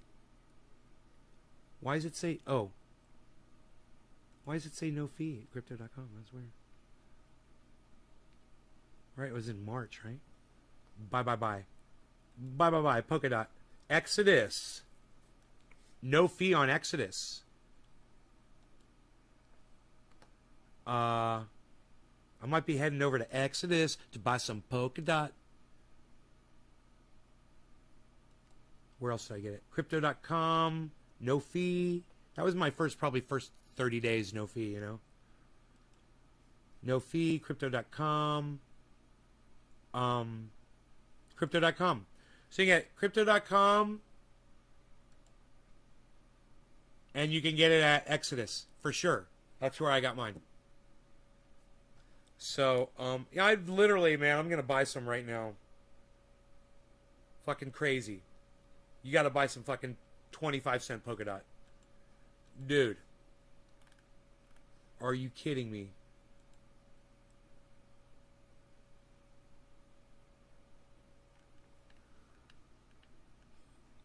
I mean, $25 polka dot.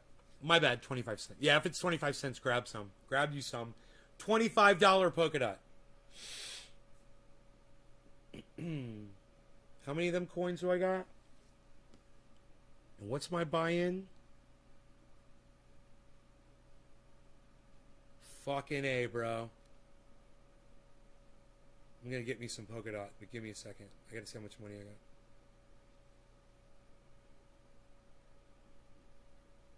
Why is it so hard to find that page?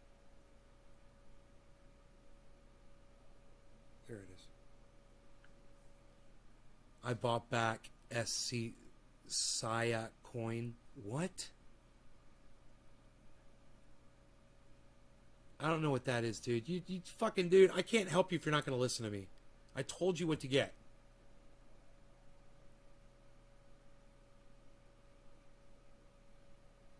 Everyone you know has polka dot. What'd you buy polka dot at, Keith? God damn it.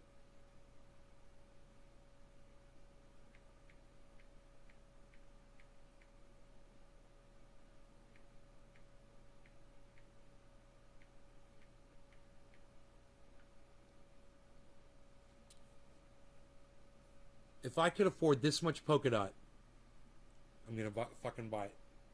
Yes, I'm fucking buying it. I'm getting me some fucking polka dot. Now the question is where am I gonna get it at? I'm thinking Exodus.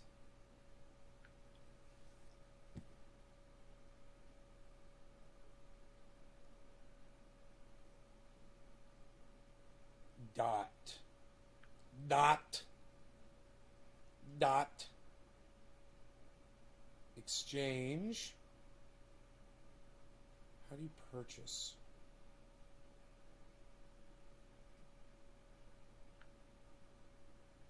Enter amount. Send dot. Receive polka dot. How do you purchase it? Send dot. Dude, I don't know how to purchase on this stupid fucking app. Motherfucker. Motherfucker, dude.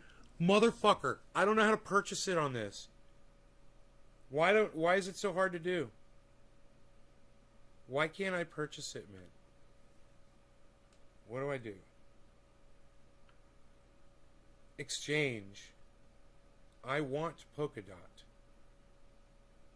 I want to pay cash for it.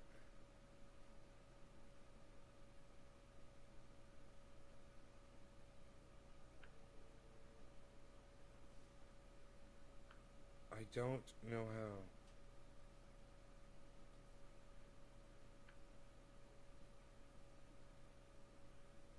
Isn't that funny? I don't know how to... I guess I got to go to their website. I don't know how to do it on the app. It says exchange.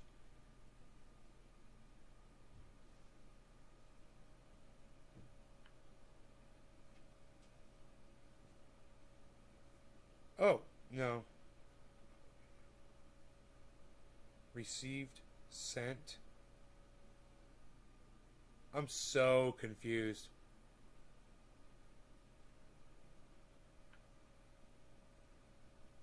Receive. Enter amount. Send it. Advanced.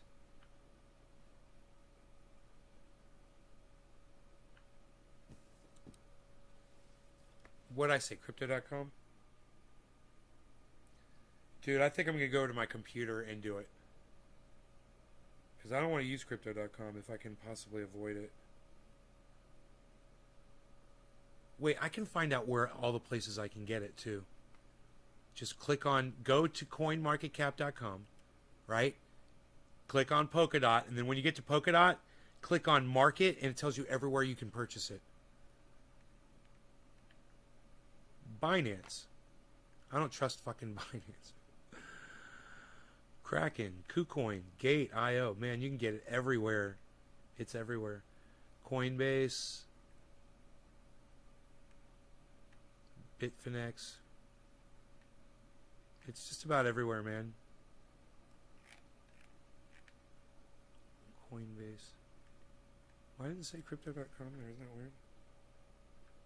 Where's the dot at? Polka dot. All right, how much of this shit do I got now? That's how much I want to buy. I want to buy how much I have and see how much that lowers my buy-in price at. Do like an experiment here because I don't know what it's going to do. If I was a mathematician, I would know. Okay, so that's my buy-in is $32.83. It's at $25 right now. And I want to just get the amount of where it is. So I'll get, because I'm figuring in the fee right now.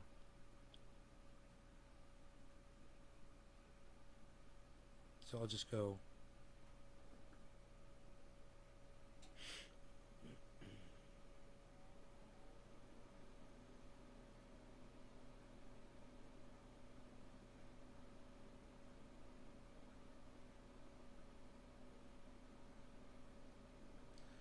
Dude, why won't you let me type in the fucking number? You guys suck so bad. Okay, I gotta figure out how many polka dots I need. Okay, that's too many. That's not enough.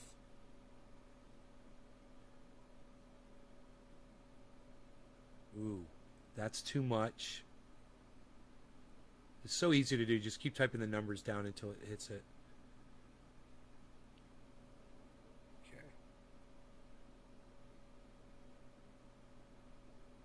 That's perfect.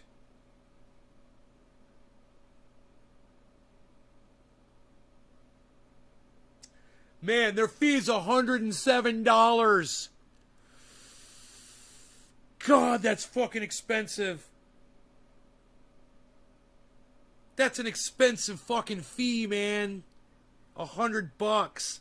I wonder if it's gonna drop $100, and then I'll buy it when it drops $100. Dude, $100 fee. Let me go see what it would be on Exodus, man. I don't even know. Fuck. $100.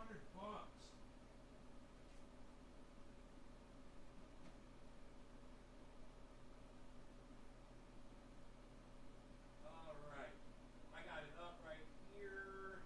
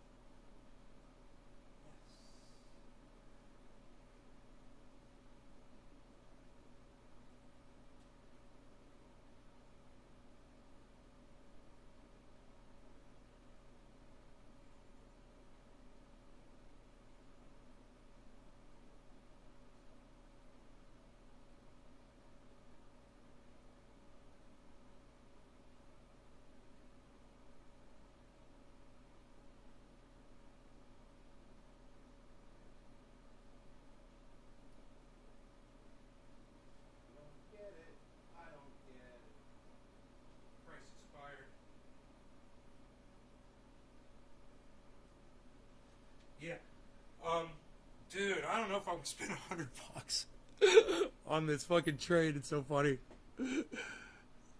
But it's worth it. Where did it go? It moved. It's at 25. Ooh, the price dropped. The price just dropped, man. If it keeps dropping, it'll be worth it for me to wait a little bit. Whoa, where's... Okay, hold on. Oh, poke it up.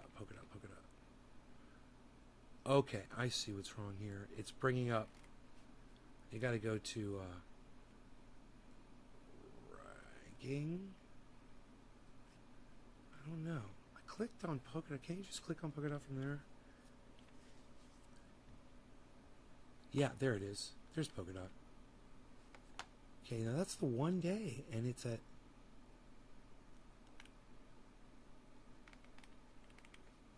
It was down to 24.42. It was down to 24.42. Now it's 25.44. If it goes back down again, man, to 24, it'd be worth it for me. The amount I'm getting, I'd save more than $100. You know, so it would make that fee kind of justify the fee. I'm still paying it, but it's almost like, is it going to drop under? It's at 25.41 right now. If it drops to like 25 cents, that would make a big difference.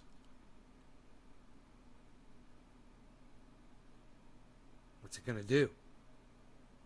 What's it going to do? I don't know. I'm zooming it. I'm zooming it in, man. I'm watching it. It's flatlined out right now. 25.40. There's a lot of fucking volume, man. Let me see. What's Bitcoin doing? Bitcoin's shooting up, man. It might be time to buy, actually, and spend the $100 and just fucking eat it. It might be time just to fucking spend the fucking $100, man.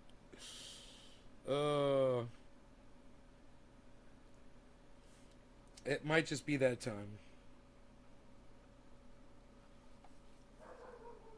Hold on a second.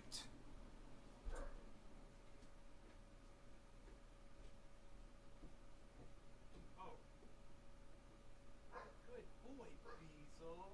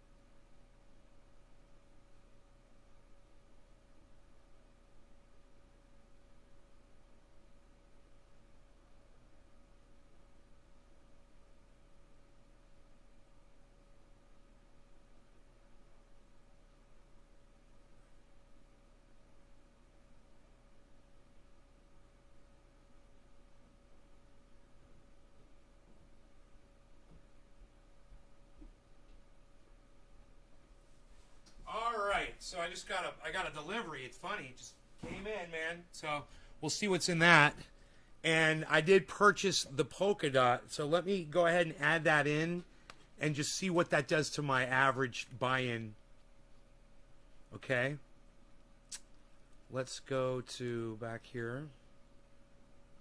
And I'll enter this in. So my average buy-in of Polkadot was high, man. It was 32.83, and it's 25.50 right now.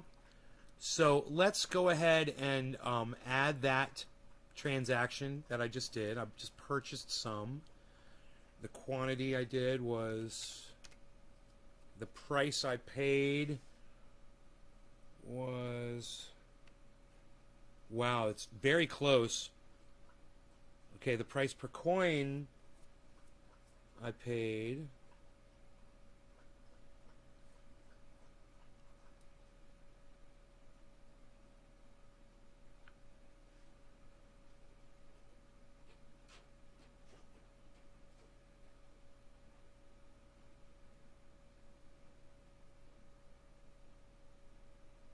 Oh, there it is. Was at I bought it at 25 when it says 25.79. Well, that's fucking crazy. They fucking jacked me on that, didn't they? They fucking jacked it up so high. It's still at $25, so, but fucking bastards, dude. They get you, man. They get you every way they can. I forgot about that. So we got to add in the fee. Quantity 20. Okay, and then the fee was a lot. Way too much. Way more than I wanted to spend on that fucking fee. Okay, and now we're gonna say where we bought it at. Shit, fucking bastards. And now we're gonna add the transaction. It was, my buy-in was $32.83. And now it's $29.89. I brought my average buy-in down to $29.89.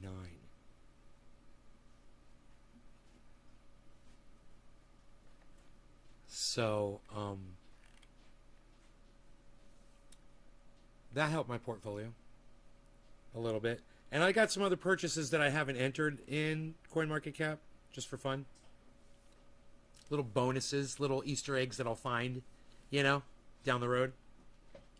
CoinMarketCap is just for my own personal edification. It doesn't have to be dead on accurate, but it does serve as a gauge. So I told you all to get Polkadot, right?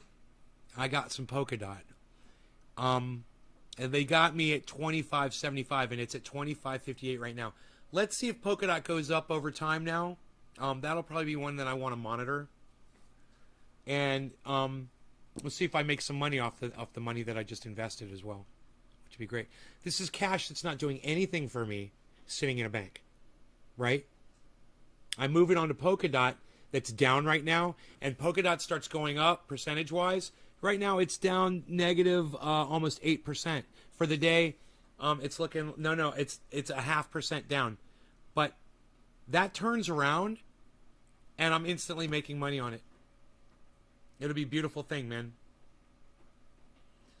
So, if it goes down even lower, I'll buy some more probably. I really like Polkadot. I want a lot of it.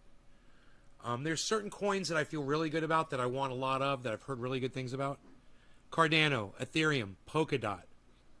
I feel really good about that. Matic. Really good about those. I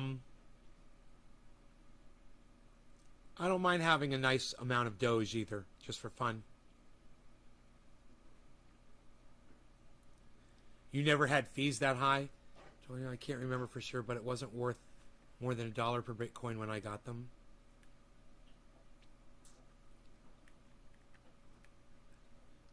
Two free Bitcoins that were only worth 1 cent each, I believe at the time. I've looked everywhere to find out where I had it stored, and I don't remember. Plus the key code I wrote down on paper is long gone. And early, I can't remember for sure, but it wasn't worth or more than $1 per Bitcoin when I got them. Yeah. So Wild Child Tarot is one of those people when they say there's a bunch of lost Bitcoins that'll never be recovered. She's one of the people that lost some of those Bitcoins that are out of circulation forever. They'll never be recovered. Think about that. Because Wild Child Tarot dropped the ball. There's 2 Bitcoins that'll never be in circulation. That's a lot. And one day, those Bitcoins might be worth $1 million each. Right now they're worth almost $50,000 each. That's $100,000 cash. Gone. Poof. Because you didn't save a piece of paper. All you had to do was, you had one job, Tarot. One job. You only had to save one piece of paper.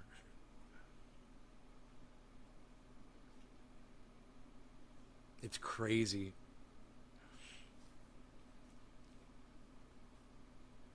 In at 7, looks like it's going back up. Well, good luck with that, buddy.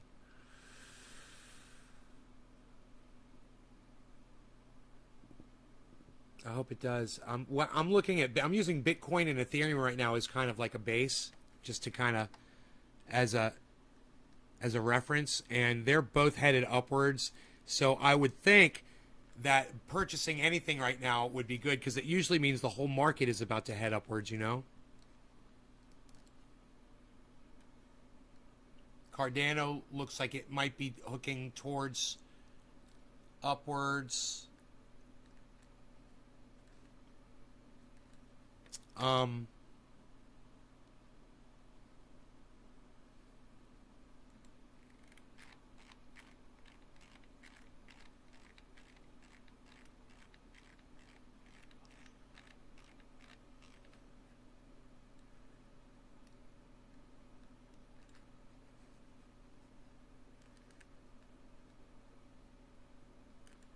Yeah.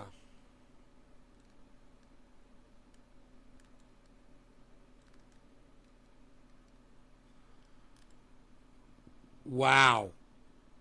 Wow. Dude, yeah, Bitcoin just shot way up $200. And Ethereum just shot up $20.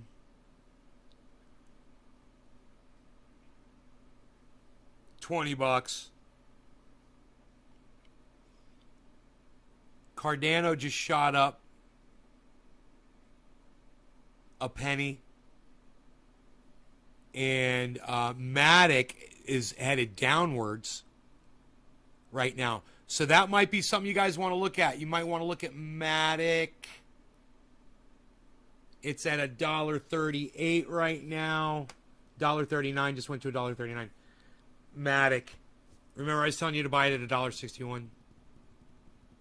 Yeah, yep, I'm more of those people. Hopefully the pattern goes through and the price hits 10 or 11 again. Thanks, Nate. Surrounded by Keith. You're welcome. That would change my life. $100,000?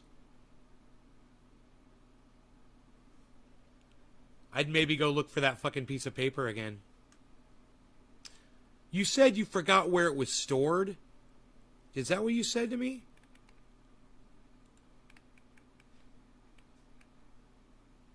I can't remember for sure, but it wasn't worth... Wait, you said... You said... I have looked everywhere.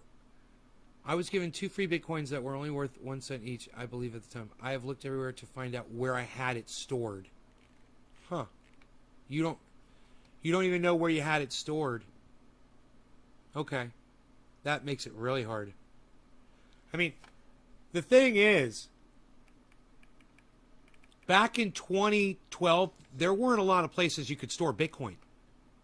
It's probably, you know... Think about it. There weren't all these apps. There might just be in one spot. You're one of those people. Yes. One of those people that lost the Bitcoins.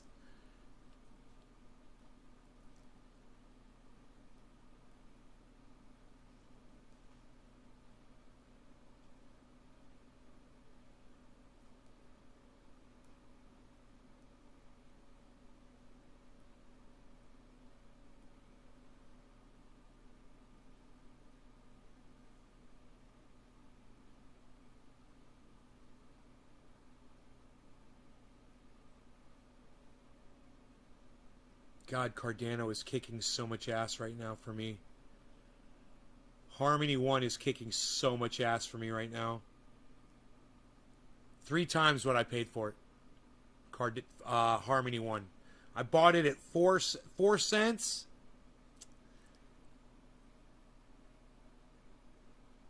It's 12 cents. You can still buy Harmony One at 12 cents. You know? But I'm all in on that one right now, unless it goes back down. Polkadot was a different story. I'm all in on Doge. Ethereum. I'm all in on Matic, Polygon. You never know, man. If it drops under my buy-in, I would get more Matic, Polygon, but I don't know if it's ever going to go under where I bought it at. Cardano, I don't think it's ever going down where I bought. And then Bitcoin is under my buy-in, but I haven't added some of my Bitcoin purchases that I've recently made either, so it's a little lower, but it's not going to be much. Litecoin is way under what I bought it at. And I own a lot of Litecoin. Let me look at Litecoin right now. There's something going on with Litecoin.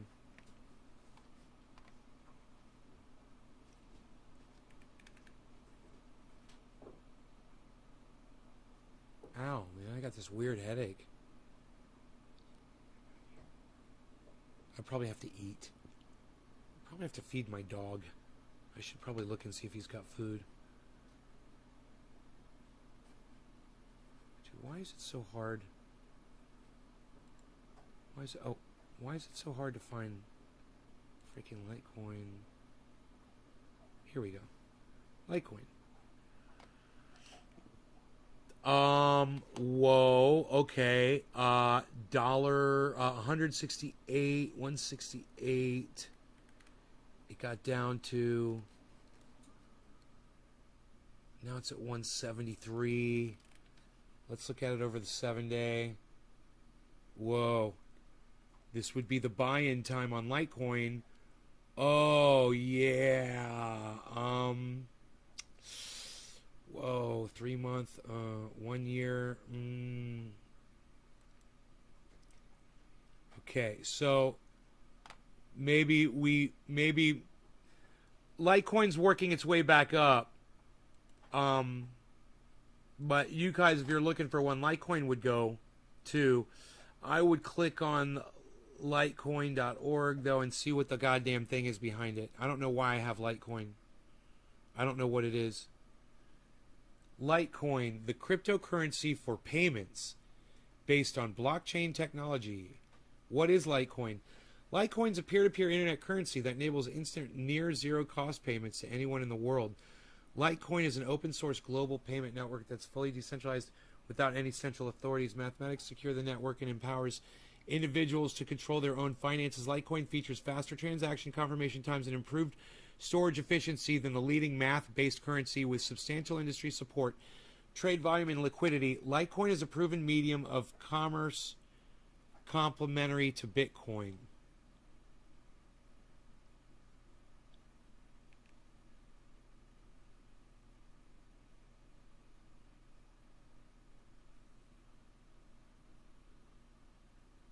Faster confirmation times, while still having the ability to wait for more confirmations when selling bigger ticket items. Mining reward.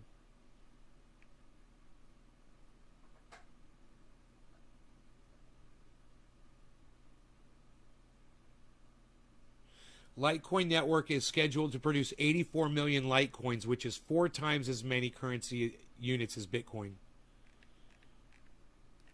So they're saying they're going to be around a long time.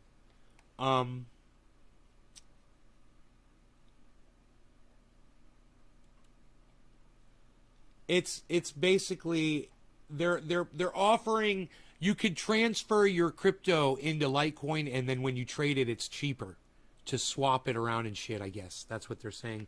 The advantage of Litecoin is. What I would do right now before dropping any money on Litecoin, I would go on the internet and try to find, let's do it. Look, I'll show you what I'll do. I'll go right to Coin Bureau, and I'll type in Coin Bureau Litecoin.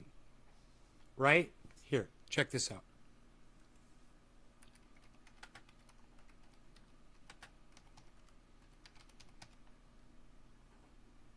Bitcoin, Bitcoin, Bitcoin, Bitcoin. Huh. Wonder if he talks about Litecoin at all. Okay, here's his take on Litecoin right here.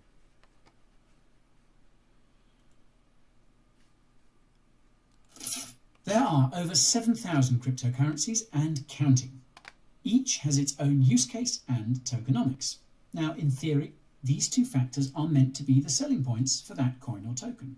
In practice, however, Whether a crypto does well often boils down to recognizability and branding. One of the cryptos that has both is Litecoin. It's been around for almost 10 years and is one of the oldest surviving altcoins on the market. This makes it recognizable to investors who have come across crypto in the past. You guys, this is how you research coins. You don't just think you see something and you think you know what you're fucking doing. You do the research and you listen to people that know a lot more about it than you do. Coin Bureau on YouTube. The Crypto Lark. Lark Davis on YouTube.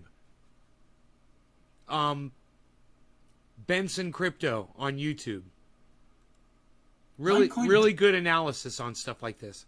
Has also branded itself as the silver to Bitcoin's gold, and this simple idea has played a key role in its survival over the last decade. Let me see if I fed my dog. However, Litecoin has not just survived, it has thrived, and in recent weeks it's been making its way back into the top 10 cryptocurrencies by market cap. As it turns out, there is more to this price action than meets the eye, and today I'm going to tell you why Litecoin needs to be on your radar.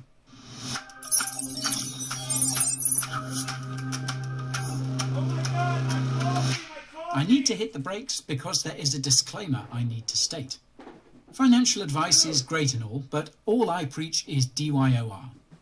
Nothing in this video is investment advice, it's just educational content, and I hope that will suffice.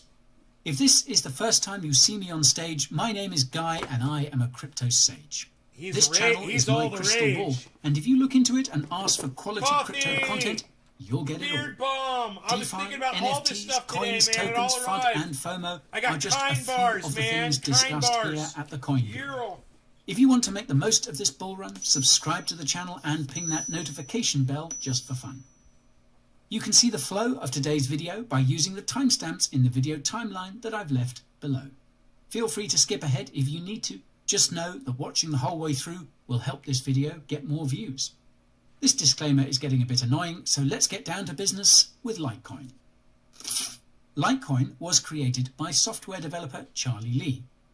Charlie holds a master's in computer science from MIT and worked as a software engineer at Google before becoming one of Coinbase's earliest employees, serving as engineering director until 2017. Charlie is also an avid poker player, and this happens to be why he got involved in cryptocurrency in the first place. In April 2011, regulatory authorities in the United States cracked down on the largest online poker websites in the country, effectively shutting them down for good. This made Charlie, quote, realize the importance of the freedom of money, and this inspired him to begin dabbling in Bitcoin and other cryptocurrencies. It didn't take long for Charlie to see the same thing we see in crypto today, hundreds of shitcoins that exist for no other purpose than to enrich their creators. That's why Litecoin had a fair launch in October 2011 with no pre-mine. This means no LTC was allocated to Charlie or any of the other chaps working on Litecoin before its launch. Charlie mined Litecoin along with everyone else in the crypto community in much the same way as Satoshi did with Bitcoin in 2009. As the name suggests, Litecoin was designed to be a lighter version of Bitcoin. Whereas BTC is a store of value, LTC is meant to be the sound money that people will use for everyday payments. This is why Charlie calls Litecoin the silver to Bitcoin's gold, and why he actually advises people to invest in Bitcoin before anything else, including Litecoin. Not financial advice, I'm sure. That said, many have called Charlie's true motivations into question ever since he sold all his LTC at the peak of the previous bull market just a few months after he quit his job at Coinbase. Now, Charlie says he sold his LTC because he could see how much of an influence over its price he had through his Twitter account, which had an enormous following. This didn't do much to quell the concerns of the crypto community, who argued that Charlie was jumping ship. This earned Charlie the title of the most hated person in cryptocurrency in 2018. Now, to Charlie's credit, he continues to work as one of Litecoin's core developers and is also the managing director of the Litecoin Foundation, a Singaporean non-profit that is funded by donations and merch sales. What's more is that Charlie apparently matched all the donations made towards the development of Litecoin's upcoming privacy features. Before we get into those, though, it's probably a good idea to understand how Litecoin works. Litecoin is basically like Bitcoin with a few modifications.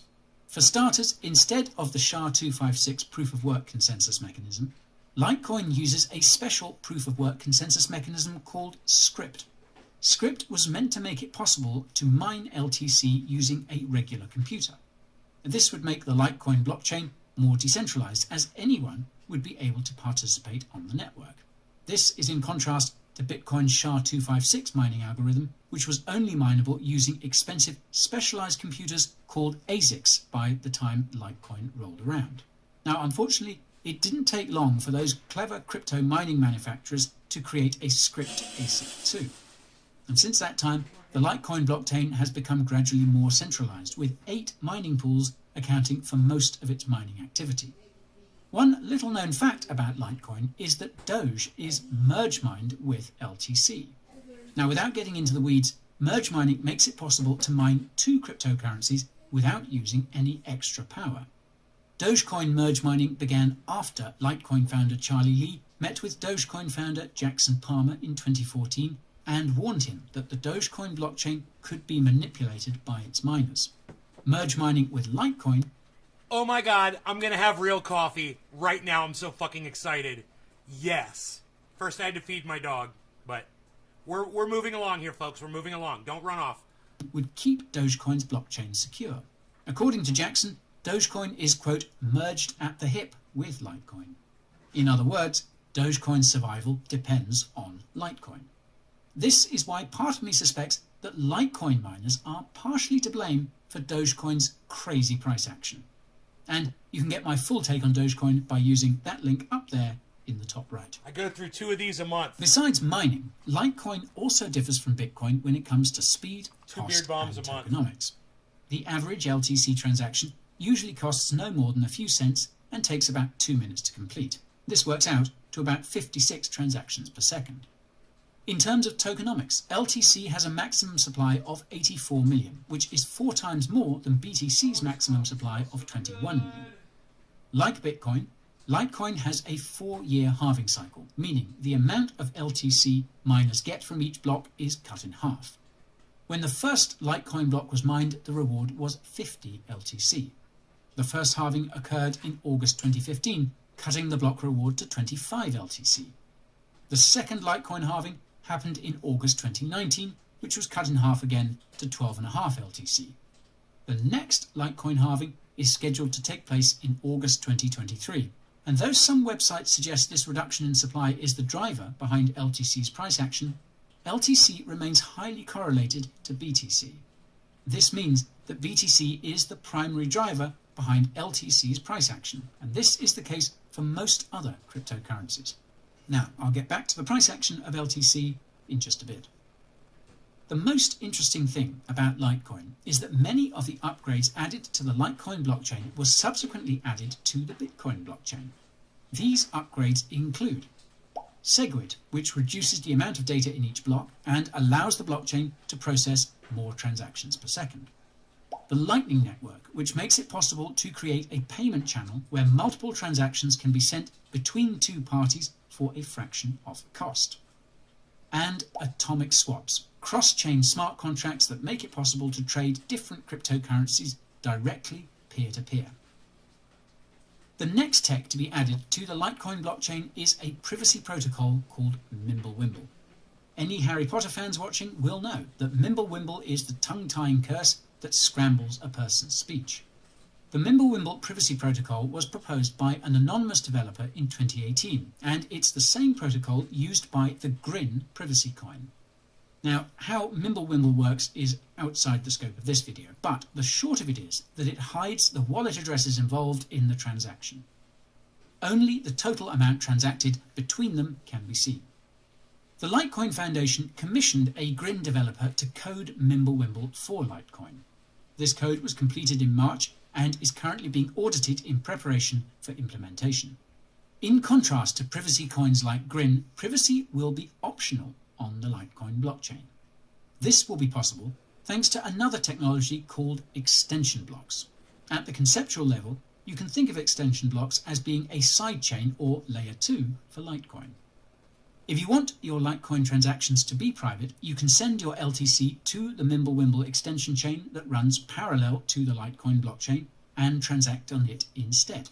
The cool thing about Litecoin's Mimblewimble implementation is that the small amount of data it handles when sending a transaction means it could double Litecoin's TPS when transacting in private. Moreover, exchanges are not obligated to support the Mimblewimble chain, meaning there shouldn't be any risks of LTC getting delisted the same way other privacy coins have been in recent months. Now, speaking of LTC, it recently surpassed its previous all-time high of $355 and is showing no signs of slowing down. This is for many reasons. For starters, LTC is one of the 4 cryptocurrencies PayPal announced it would be supporting in October last year. More recently, PayPal announced that it will be allowing US customers to pay for goods and services using crypto, which includes LTC. LTC can already be used to pay for goods and services in the United States via the Litecoin Visa debit card introduced by the Litecoin Foundation last summer. Oddly enough, Flare Network also recently announced that it would be airdropping its Spark token to LTC holders. Now, for those unfamiliar, Flare Network is a cryptocurrency project funded by Ripple's investment arm that's looking to add smart contract functionality to XRP. It seems they're looking to do the same for LTC, and I think I have a hunch as to why that might be. I'll explain why at the end of the video. In addition to retail investors, LTC has also seen its fair share of institutional interest over the last few months. Most of this money has come through Grayscale's Litecoin Trust, which apparently bought up 80% of all the LTC mined in February. Institutional demand for LTC has been so high that they have been paying a whopping 18x premium for exposure via Grayscale's Litecoin Trust. Now, according to Charlie Lee, Grayscale alone is likely holding more than 3% of all the LTC in circulation, and that was back in March. In April, Litecoin ETPs started trading on stock exchanges in Germany and Switzerland, both of which are physically backed, i.e. the issuer of the ETP has to buy an equivalent amount of LTC. To top it all off, many expert investors believe that retail traders were converting their Dogecoin profits into Litecoin on Robinhood. This is the apparent driver behind LTC's most recent price pump. Does Robinhood have Litecoin? If you're wondering how high LTC could go, well, this really depends on BTC. If BTC pulls a 2 or 3x, I reckon we would eventually see a similar move for most large cap alts, including LTC. Compared to other popular cryptocurrencies, LTC has the edge when it comes to tokenomics. A maximum supply with a low emission, no pre-mine, and an equitable coin distribution. Charlie Lee also claims that he still doesn't hold any LTC beyond what he needs for testing things like new payment methods, large cap alts, including LTC. Compared to other popular cryptocurrencies, LTC has the edge when it comes to tokenomics. A maximum supply with a low emission, no pre-mine, and an equitable coin distribution. Charlie Lee also claims that he still doesn't hold any LTC beyond what he needs for testing things like new payment methods and Mimblewimble. Unfortunately, there's no way of knowing for sure because Charlie has not made his wallet address public like Ethereum's Vitalik Buterin has. Vitalik is a billionaire now, by the way. In contrast to other top cryptos, Litecoin has a pretty limited use case and is nowhere near close to being a top performer in its payments niche. As I record this video, LTC is the 11th largest cryptocurrency by market cap, and I have a hard time seeing how it could move any further up the ranks. This is because there are dozens of seriously legit smart contract cryptocurrencies that are building out massive ecosystems, and those that haven't already surpassed LTC probably will in... Dude, what I'm kind of curious about is what's that little fucking R mean? What's that little R mean right there? You know, what's that? Isn't that weird? There's like a little R right there. You know, that's definitely ripping off the Burger King logo, man.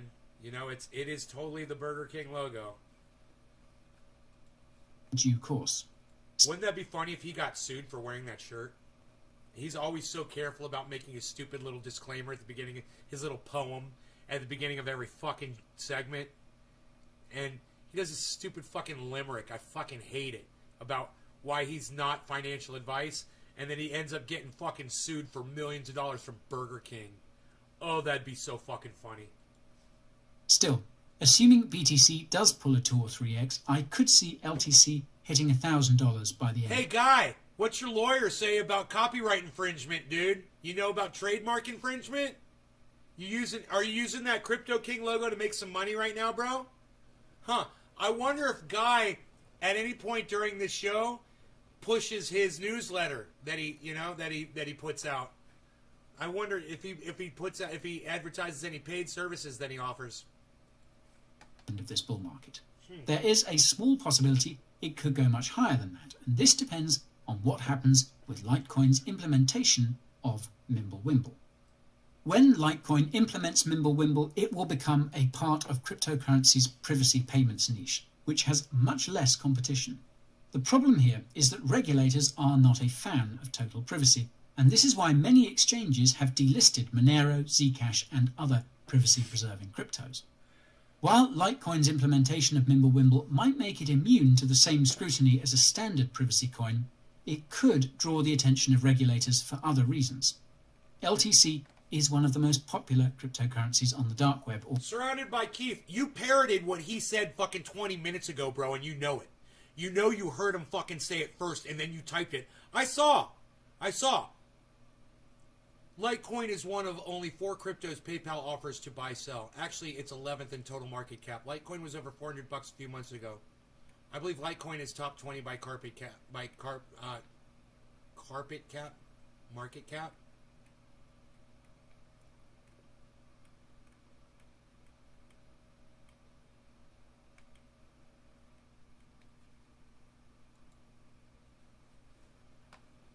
He literally said it at the very beginning of the video, and you know he did. I heard him say it. Litecoin runs right alongside Bitcoin. He said, then you fucking typed it in the chat. I saw that. And now you're fucking taking credit and saying, oh, he's saying exactly what I said. No, bro. You typed exactly what he's been talking about for the last, 14 minutes or so. Already, primarily due to low transaction fees, you're the fast Litecoin transaction expert. times, and no lengthy wallet synchronization like Monero. Not only that, but LTC is one of the easiest cryptocurrencies to get hold of. In addition to being on PayPal, Robinhood, and the Revolut banking app, there are over 15,000 LTC ATMs around the world. To put things into context, that's about the same or possibly even more than the amount of Bitcoin ATMs out there. Not all of these ATMs require personal identification, right. And many of them allow you to buy and sell crypto using cash as well. Taken together, this means that when Litecoin adds support for Mimblewimble, LTC could unironically become one of the best privacy-preserving currencies on the planet. This is an insanely bullish case for LTC, but the regulatory backlash could crush that momentum overnight. So this begs the question, why the hell are institutions buying so much Litecoin?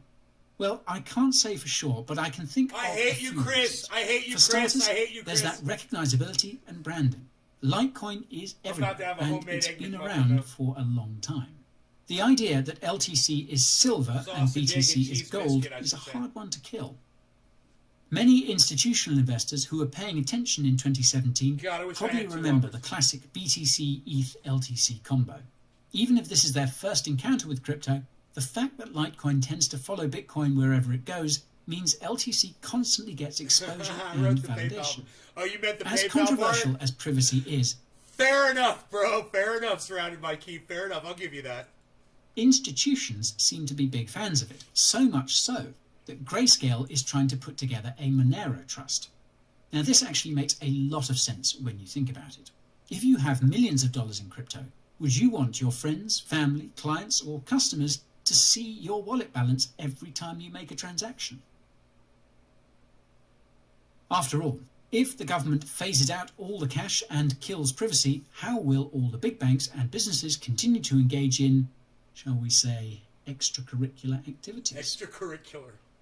Anyways, besides Mimblewimble, Litecoin doesn't seem to have much else on the horizon, and an actual date for implementation has not yet been set.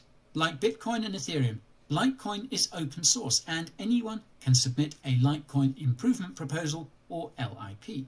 Surprisingly, there are only 3 LIPs, and the 2 that are yet to be enacted relate to Mimblewimble. What's even more concerning is that the Litecoin GitHub has seen next to 0 activity in recent months.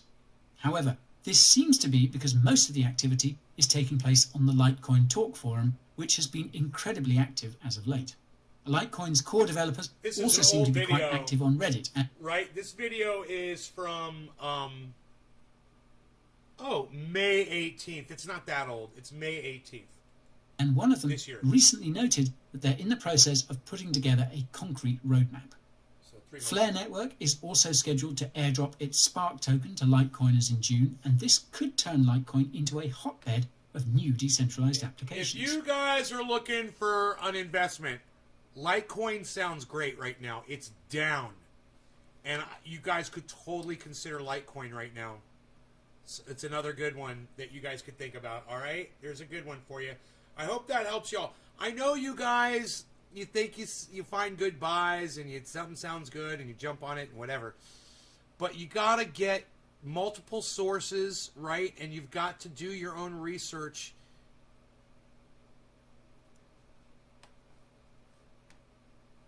It ain't me, the shirt. In the meantime, the Litecoin Foundation is working on creating new partnerships and expanding LTC's use cases. I predict that we will see many more bullish announcements about Litecoin in the coming months, and these will continue to carry LTC to new all-time highs. Okay, you hear that? So now Litecoin is down. It's a great opportunity, man. It's a fucking great opportunity. So it's something you guys could think about. Right now it's $172 and it's negative 1% down for the 24 hours. And over, you're welcome, Surrounded by Keith. You guys should all subscribe to Guy at Coin Bureau on YouTube and subscribe to Lark Davis on YouTube and let them know that I sent you. Nays Garden sent you.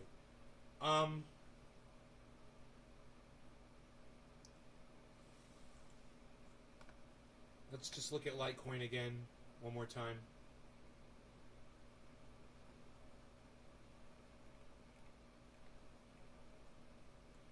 Okay. I bought it really expensive. Right?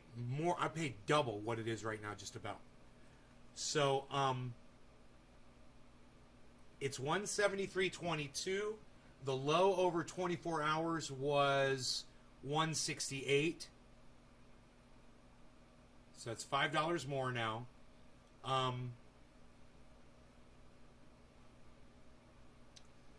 And when you look at it over all, it's had spikes, just like Guy says. It goes up and it goes back down due to announcements that are being made by the company. But he says there's going to be a lot more coming down the road in the future, which means it's just going to go up over time. It shows a gradual increase. I'm looking at it right now.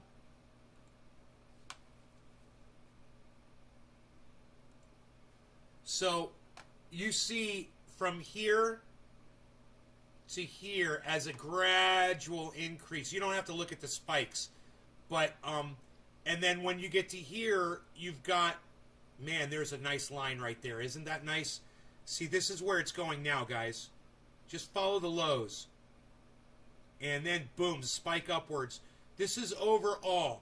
So there is a nice fucking spike happening, and that usually happens right before one of these. I'm not saying it's going to happen right now, but I'm saying Litecoin is looking wow. So I'm going to just delve back into my portfolio and see where I purchased my Litecoin at and see how much I got. This is a really good time to purchase Litecoin, guys. I've got a lot. There's no way I could afford to buy double like I did on the Polkadot to try to bring that average buy-in down. But the places I purchased it were Originally, I bought it from Coinbase, and my second purchase of Litecoin, I've only bought it twice, was from Binance. And I bought a lot from Binance. Was there no fee on that?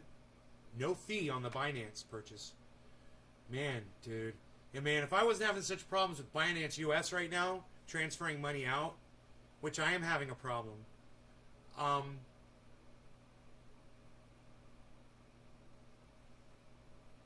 I would buy it there. But there's weirdness going on over there. If they're not 100% reliable, you know? I got thousands of dollars sitting in there, and I tried to move a bunch out, and it didn't work.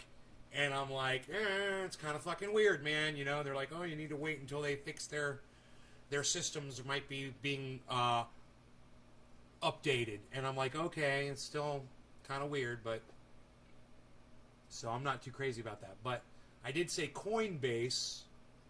What was the fee on that purchase from Coinbase? It's a $15 fee. You get $1,000 worth. I was buying it at $1.92 a coin back then, and right now it's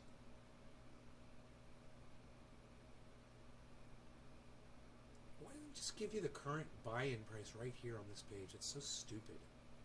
Fucking dude, that is so counterproductive. Gotta fucking flip around pages here. Litecoin, here we go. It's 173 right now. It's 173, and my low buy-in was 192. So it's lower than where I bought it at. It would be a good purchase for anybody right now, where it is. In my opinion, I think it's going to go up gradually as it has been. It's going to be a good long-term investment for anybody looking for a long-term investment, man. I'm gonna see what the fuck is up with my Binance shit. That's not cool, man. I got some money sitting over there, and I tried to move some out.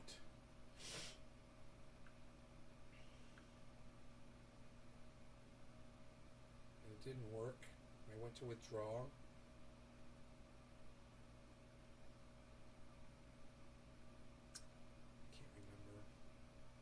I've got Cardano and Eagled in there. And I guess I was trying to move the Cardano out and get it over there to Celsius.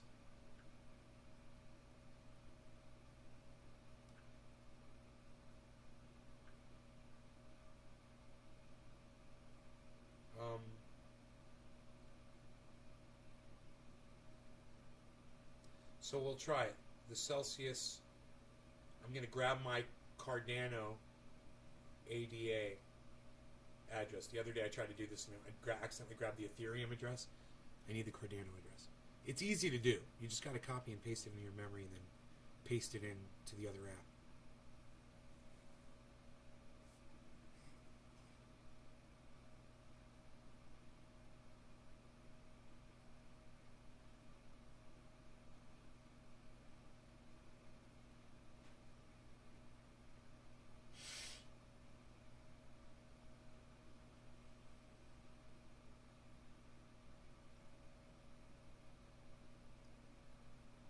$1,000 on Litecoin is $575 on Coinbase Pro. Coinbase Pro? How much does Coinbase Pro cost? It's $2 for the fee?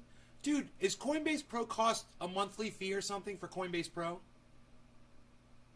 Or is it free? Cardano. Receive Cardano ADA.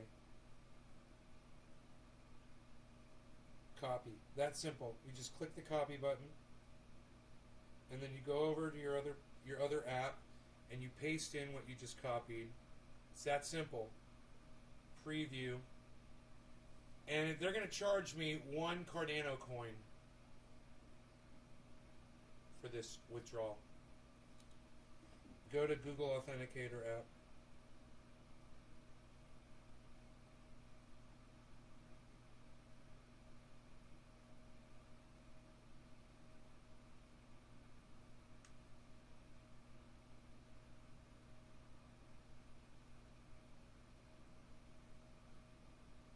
Withdrawals suspended due to risk management. That is that is what I get. That's the message I get. And I've been getting that from Binance.us for a while now. So I'm going to go ahead and I got to open up a fucking a trouble ticket with them. It's bullshit.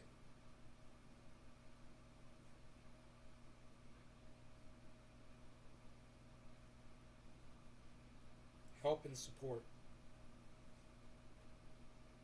Submit request.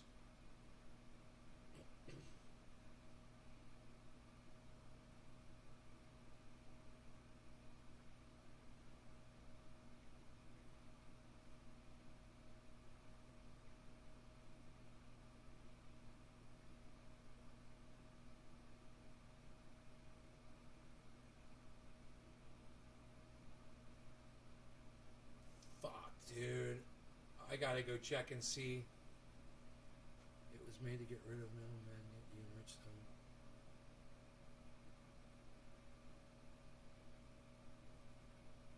Yeah, well, everybody's gotta make a buck, bro.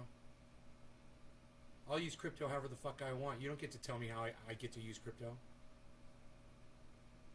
You know, I'm dealing with a lot of crypto. So, people are gonna be making some money off of it. I like to spread it around.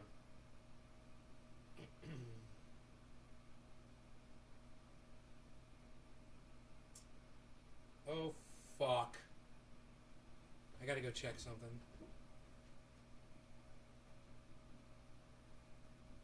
Yeah, well, Solana doesn't sound like it's doing too good right now. I'm not on Solana.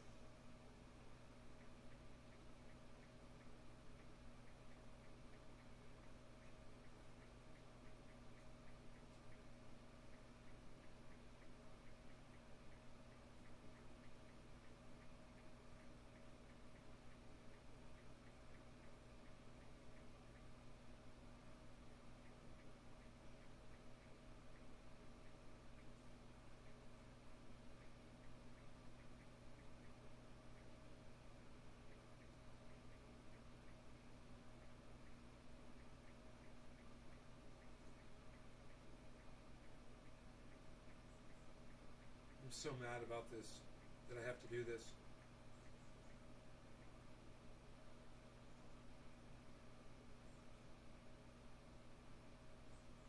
Submitting multiple tickets regarding the same issue will not escalate your ticket.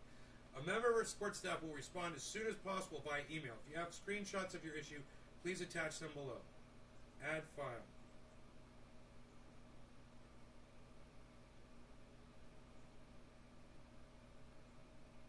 Dude, why doesn't clicking add file do anything? Oh, there we go.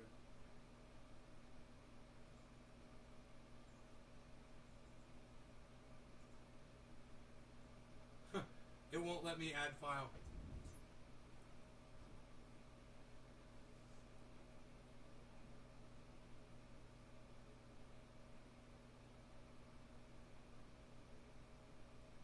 Authentics. I don't even recognize your name. I don't remember anybody named Authentics telling me to buy since 1.5 cents. Buy when what was 1.5 cents?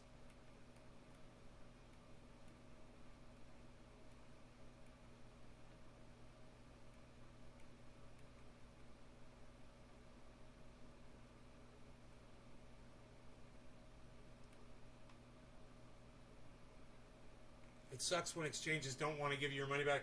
Yes, it does. That does suck.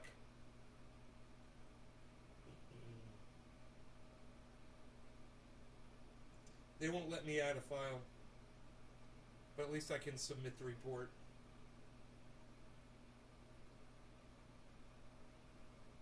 I told you which account I had, you fucking cuck bitches.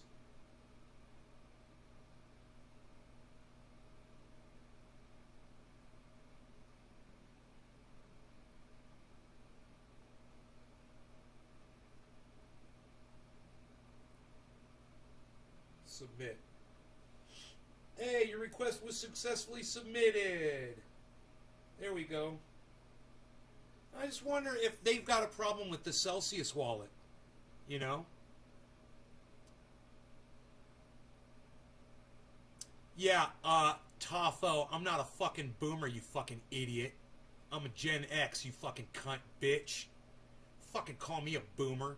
Hey, and to all the boomers out there, sorry, I'm not as old as you. Fucking boomers.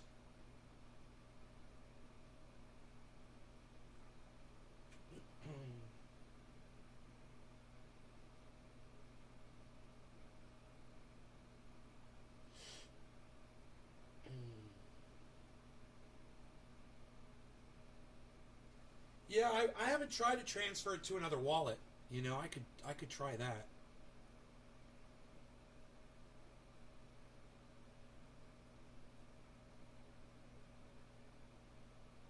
Authentic. Guess what? Billy, you're so funny. Got me my free money and lots of other people. MetaMask is king.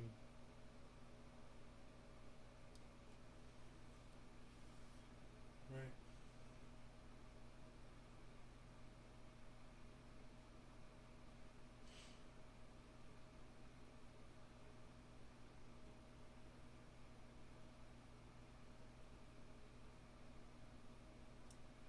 Huh. I just wonder if I try to send to another wallet. Let me see here. I'll just try another one. I'll try a small transaction. Send it to here. That's popular, isn't it? Gen X. Yeah, Taro. For you to come back after you looked at Solana. I can't wait for you to come back after you look at Solana.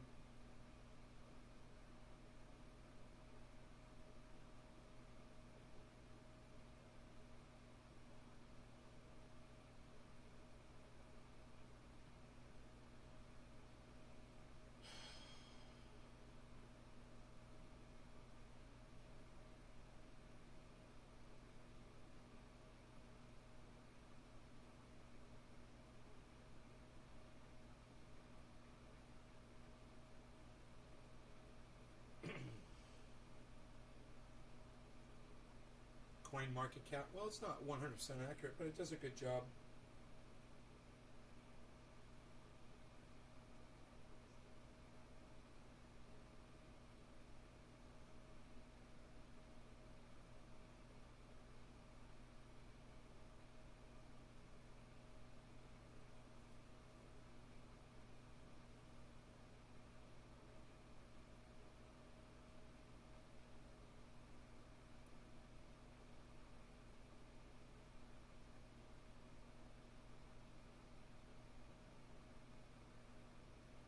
Dude, they don't recognize my fucking cell phone, these assholes, man. You're just like, what the fuck?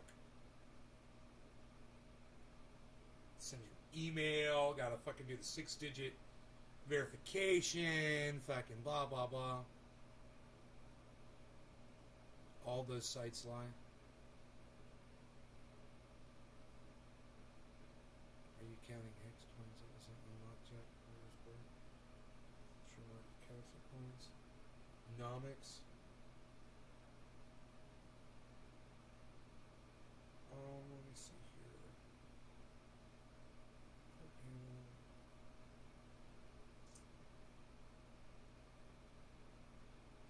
I want to receive Cardano.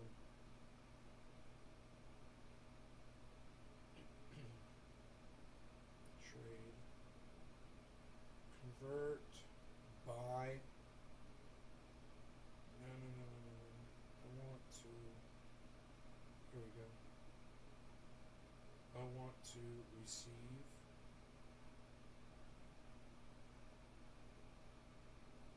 Some of these apps make it a lot harder to do this.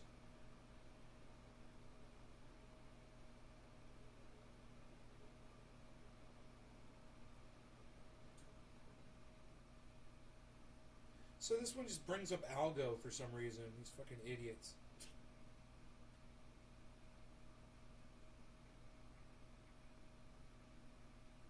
There it is, Cardano.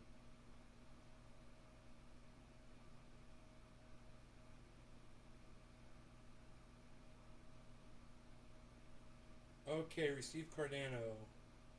Copy. Alright, let's see if this works.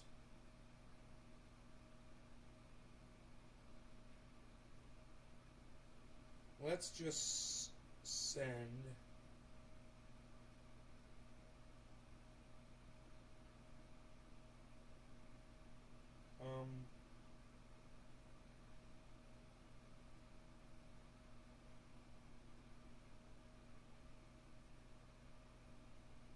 let's send the minimum, which is 8.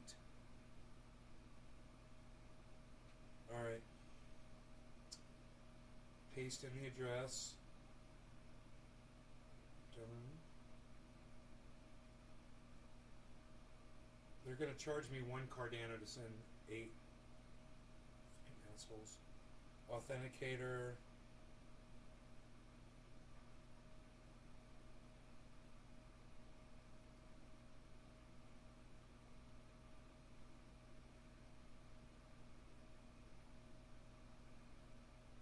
Withdrawal suspended due to risk management. There it is again. So it doesn't matter the wallet. There's something going on with my Binance.us account. It's interesting. I wonder if I can withdraw it to my bank. I wonder if I could take it. I can't convert it over. And that's the Cardano.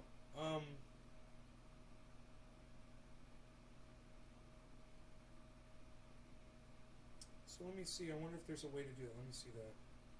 Withdraw. If I just click withdraw. Cardano. Let's just say 8. Next.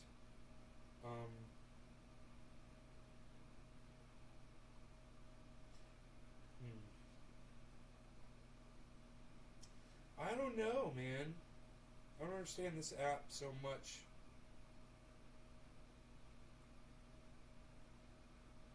I mean, I'm pretty sure this one is chained to my bank account. I think it's got to be, right?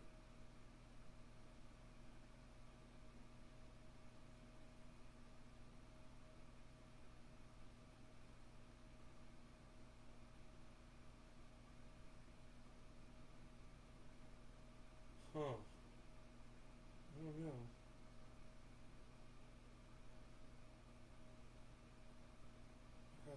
deposit, withdrawal.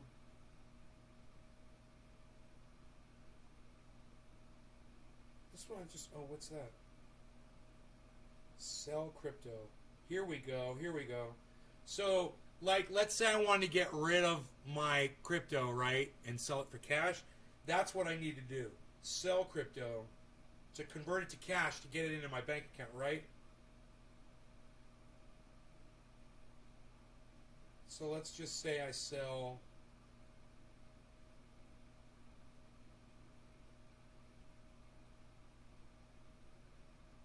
$22 worth for 11 cents. Sell in progress. Your sell order. I've never done this before.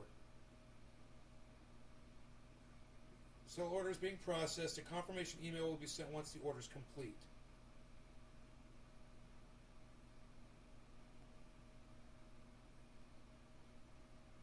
There. I don't know if that just sold it or not. Let me see if it recorded it.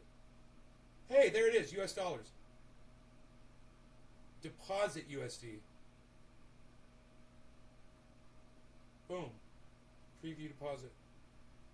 Let's say I want to deposit $20. No fee.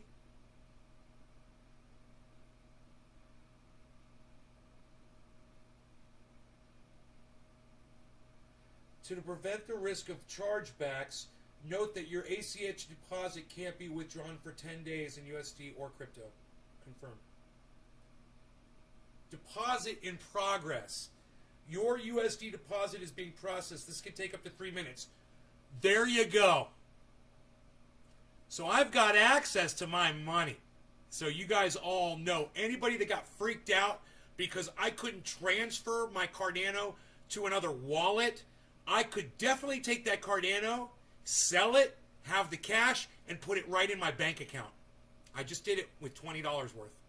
Even with that risk management bullshit. Right? So that is why you watch this show, guys. Because, you know, there's going to be little cucks in the audience that go, oh, see? Oh, you don't have access to your money. There's going to be little cunts like that. And I'll fucking prove them wrong. That's why you watch this show. Because I prove all the cunts and the cucks wrong. I'm a de-cunter, de-cuckifier.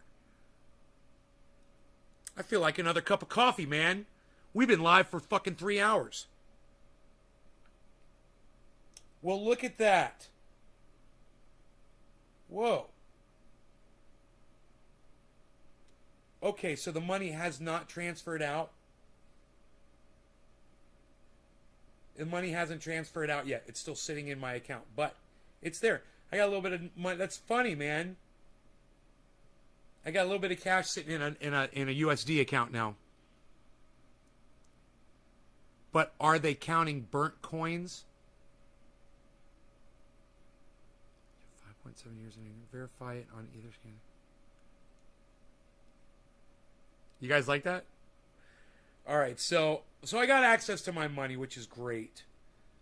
As far as transferring that Cardano, I'm sad, you know, because it's what I really want to do is I want to have access to my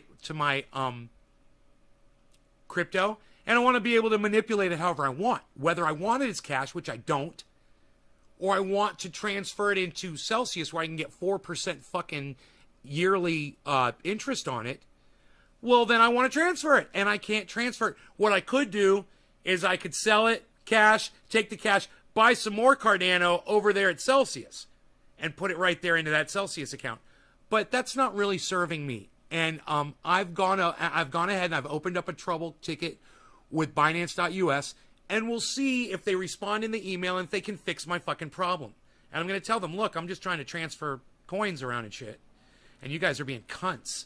So stop cunting off at me, basically, is what I'm trying to say.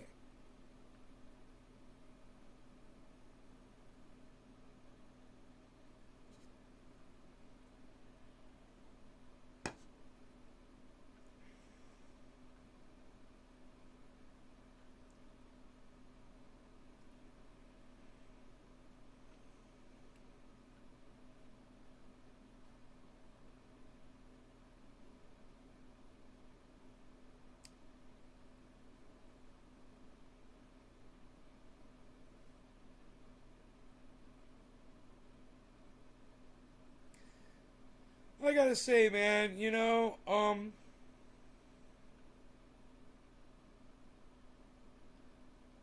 Coinbase offers really good percentages for what they are. It's you're making up when you store your money there, you're making up the money basically that you're paying for the fees. That's good. Crypto.com fucks you on the amounts. When you go to purchase from Crypto.com, they raise the amount of what they say it's the value of the crypto is. And they get you there. They get you pretty good. They've gotten me many times. So be careful with that.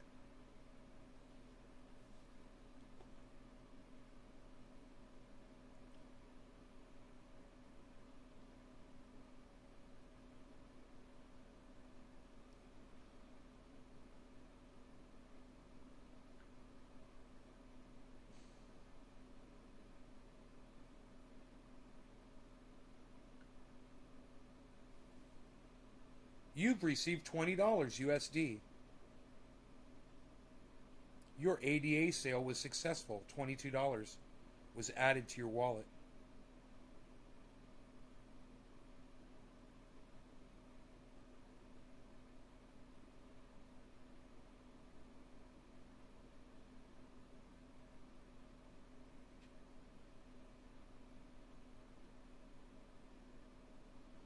Well, there you go. It says successful login from new IP. The system has detected that your account is logged in from an unused IP address.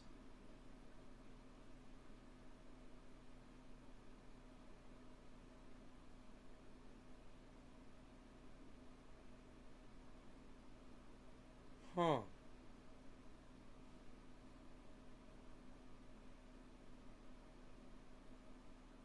Huh.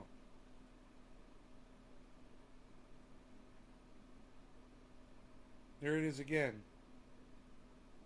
Different IP address.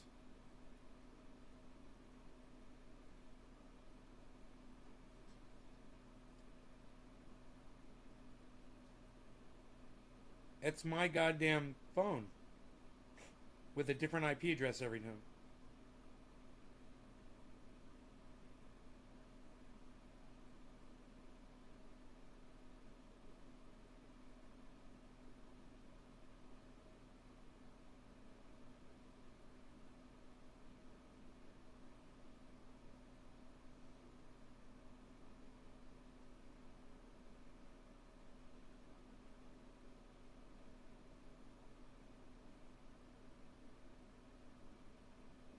Man, I don't know.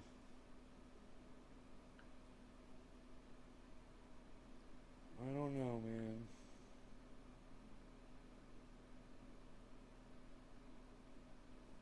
I'll just have to wait for that email to come in.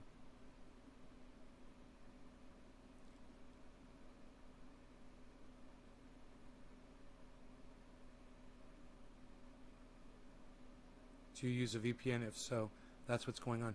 Ownership of Bitcoin is diverse? No, it's not. Dude, Jugs Bunny, you have no idea what you're talking about. Ownership of Bitcoin is not diverse, actually. Hey, Authentics, you gonna let him get away with that statement? Ownership of Bitcoin is actually diverse. Look at you, Jugs Bunny, trying to act like you know what the fuck you're talking about right now.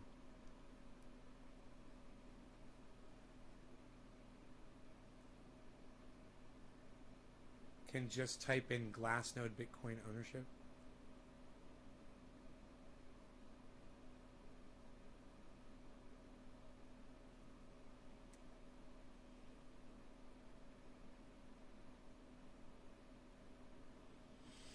It's nowhere near the rumored 50% of Hex owned by one person. Well, no, it's not 50%, but it's still not actually fucking diverse. Just because it's not as undiverse as Hex is doesn't mean that it's fucking diverse, bro.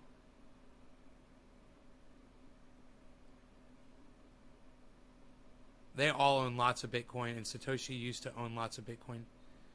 You guys, There are fucking whales out there that own so much Bitcoin. You guys have no idea. Come on. So one person can manipulate the whole goddamn market. That's not diversity.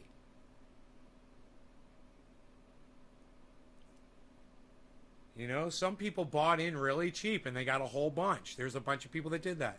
It didn't cost them a lot of money to do it either. And now they're fucking whales. What's a whale, 100 Bitcoins? Yeah, man, there's a lot of them out there. Imagine that. Imagine owning 100 Bitcoins. Or 1,000 Bitcoins. You know, would you make your wallet fucking public? So somebody could fucking kidnap your family and shit and hold them ransom? No, thank you. Yeah, whales 1,000 Bitcoins? Fuck, dude. Imagine how many whales there are that own 1,000 Bitcoin. You tell me that's fucking diversity, Drugs Bunny? You tell me that's fucking actually diverse? Come on.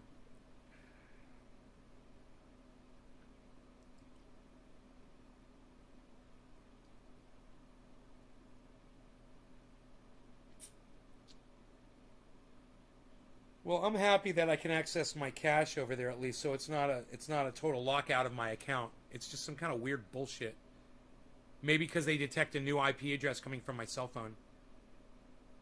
Whale zone 1 to 5,000. 13%, bro. There you go.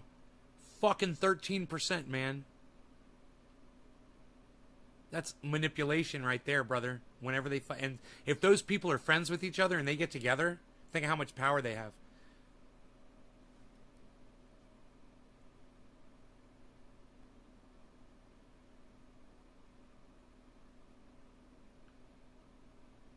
Man, I gotta go, guys. My stomach is growling like crazy. I'm gonna go eat. I love you guys, and I will see you. I really enjoyed listening to you guys chat back and forth about crypto. That was fun.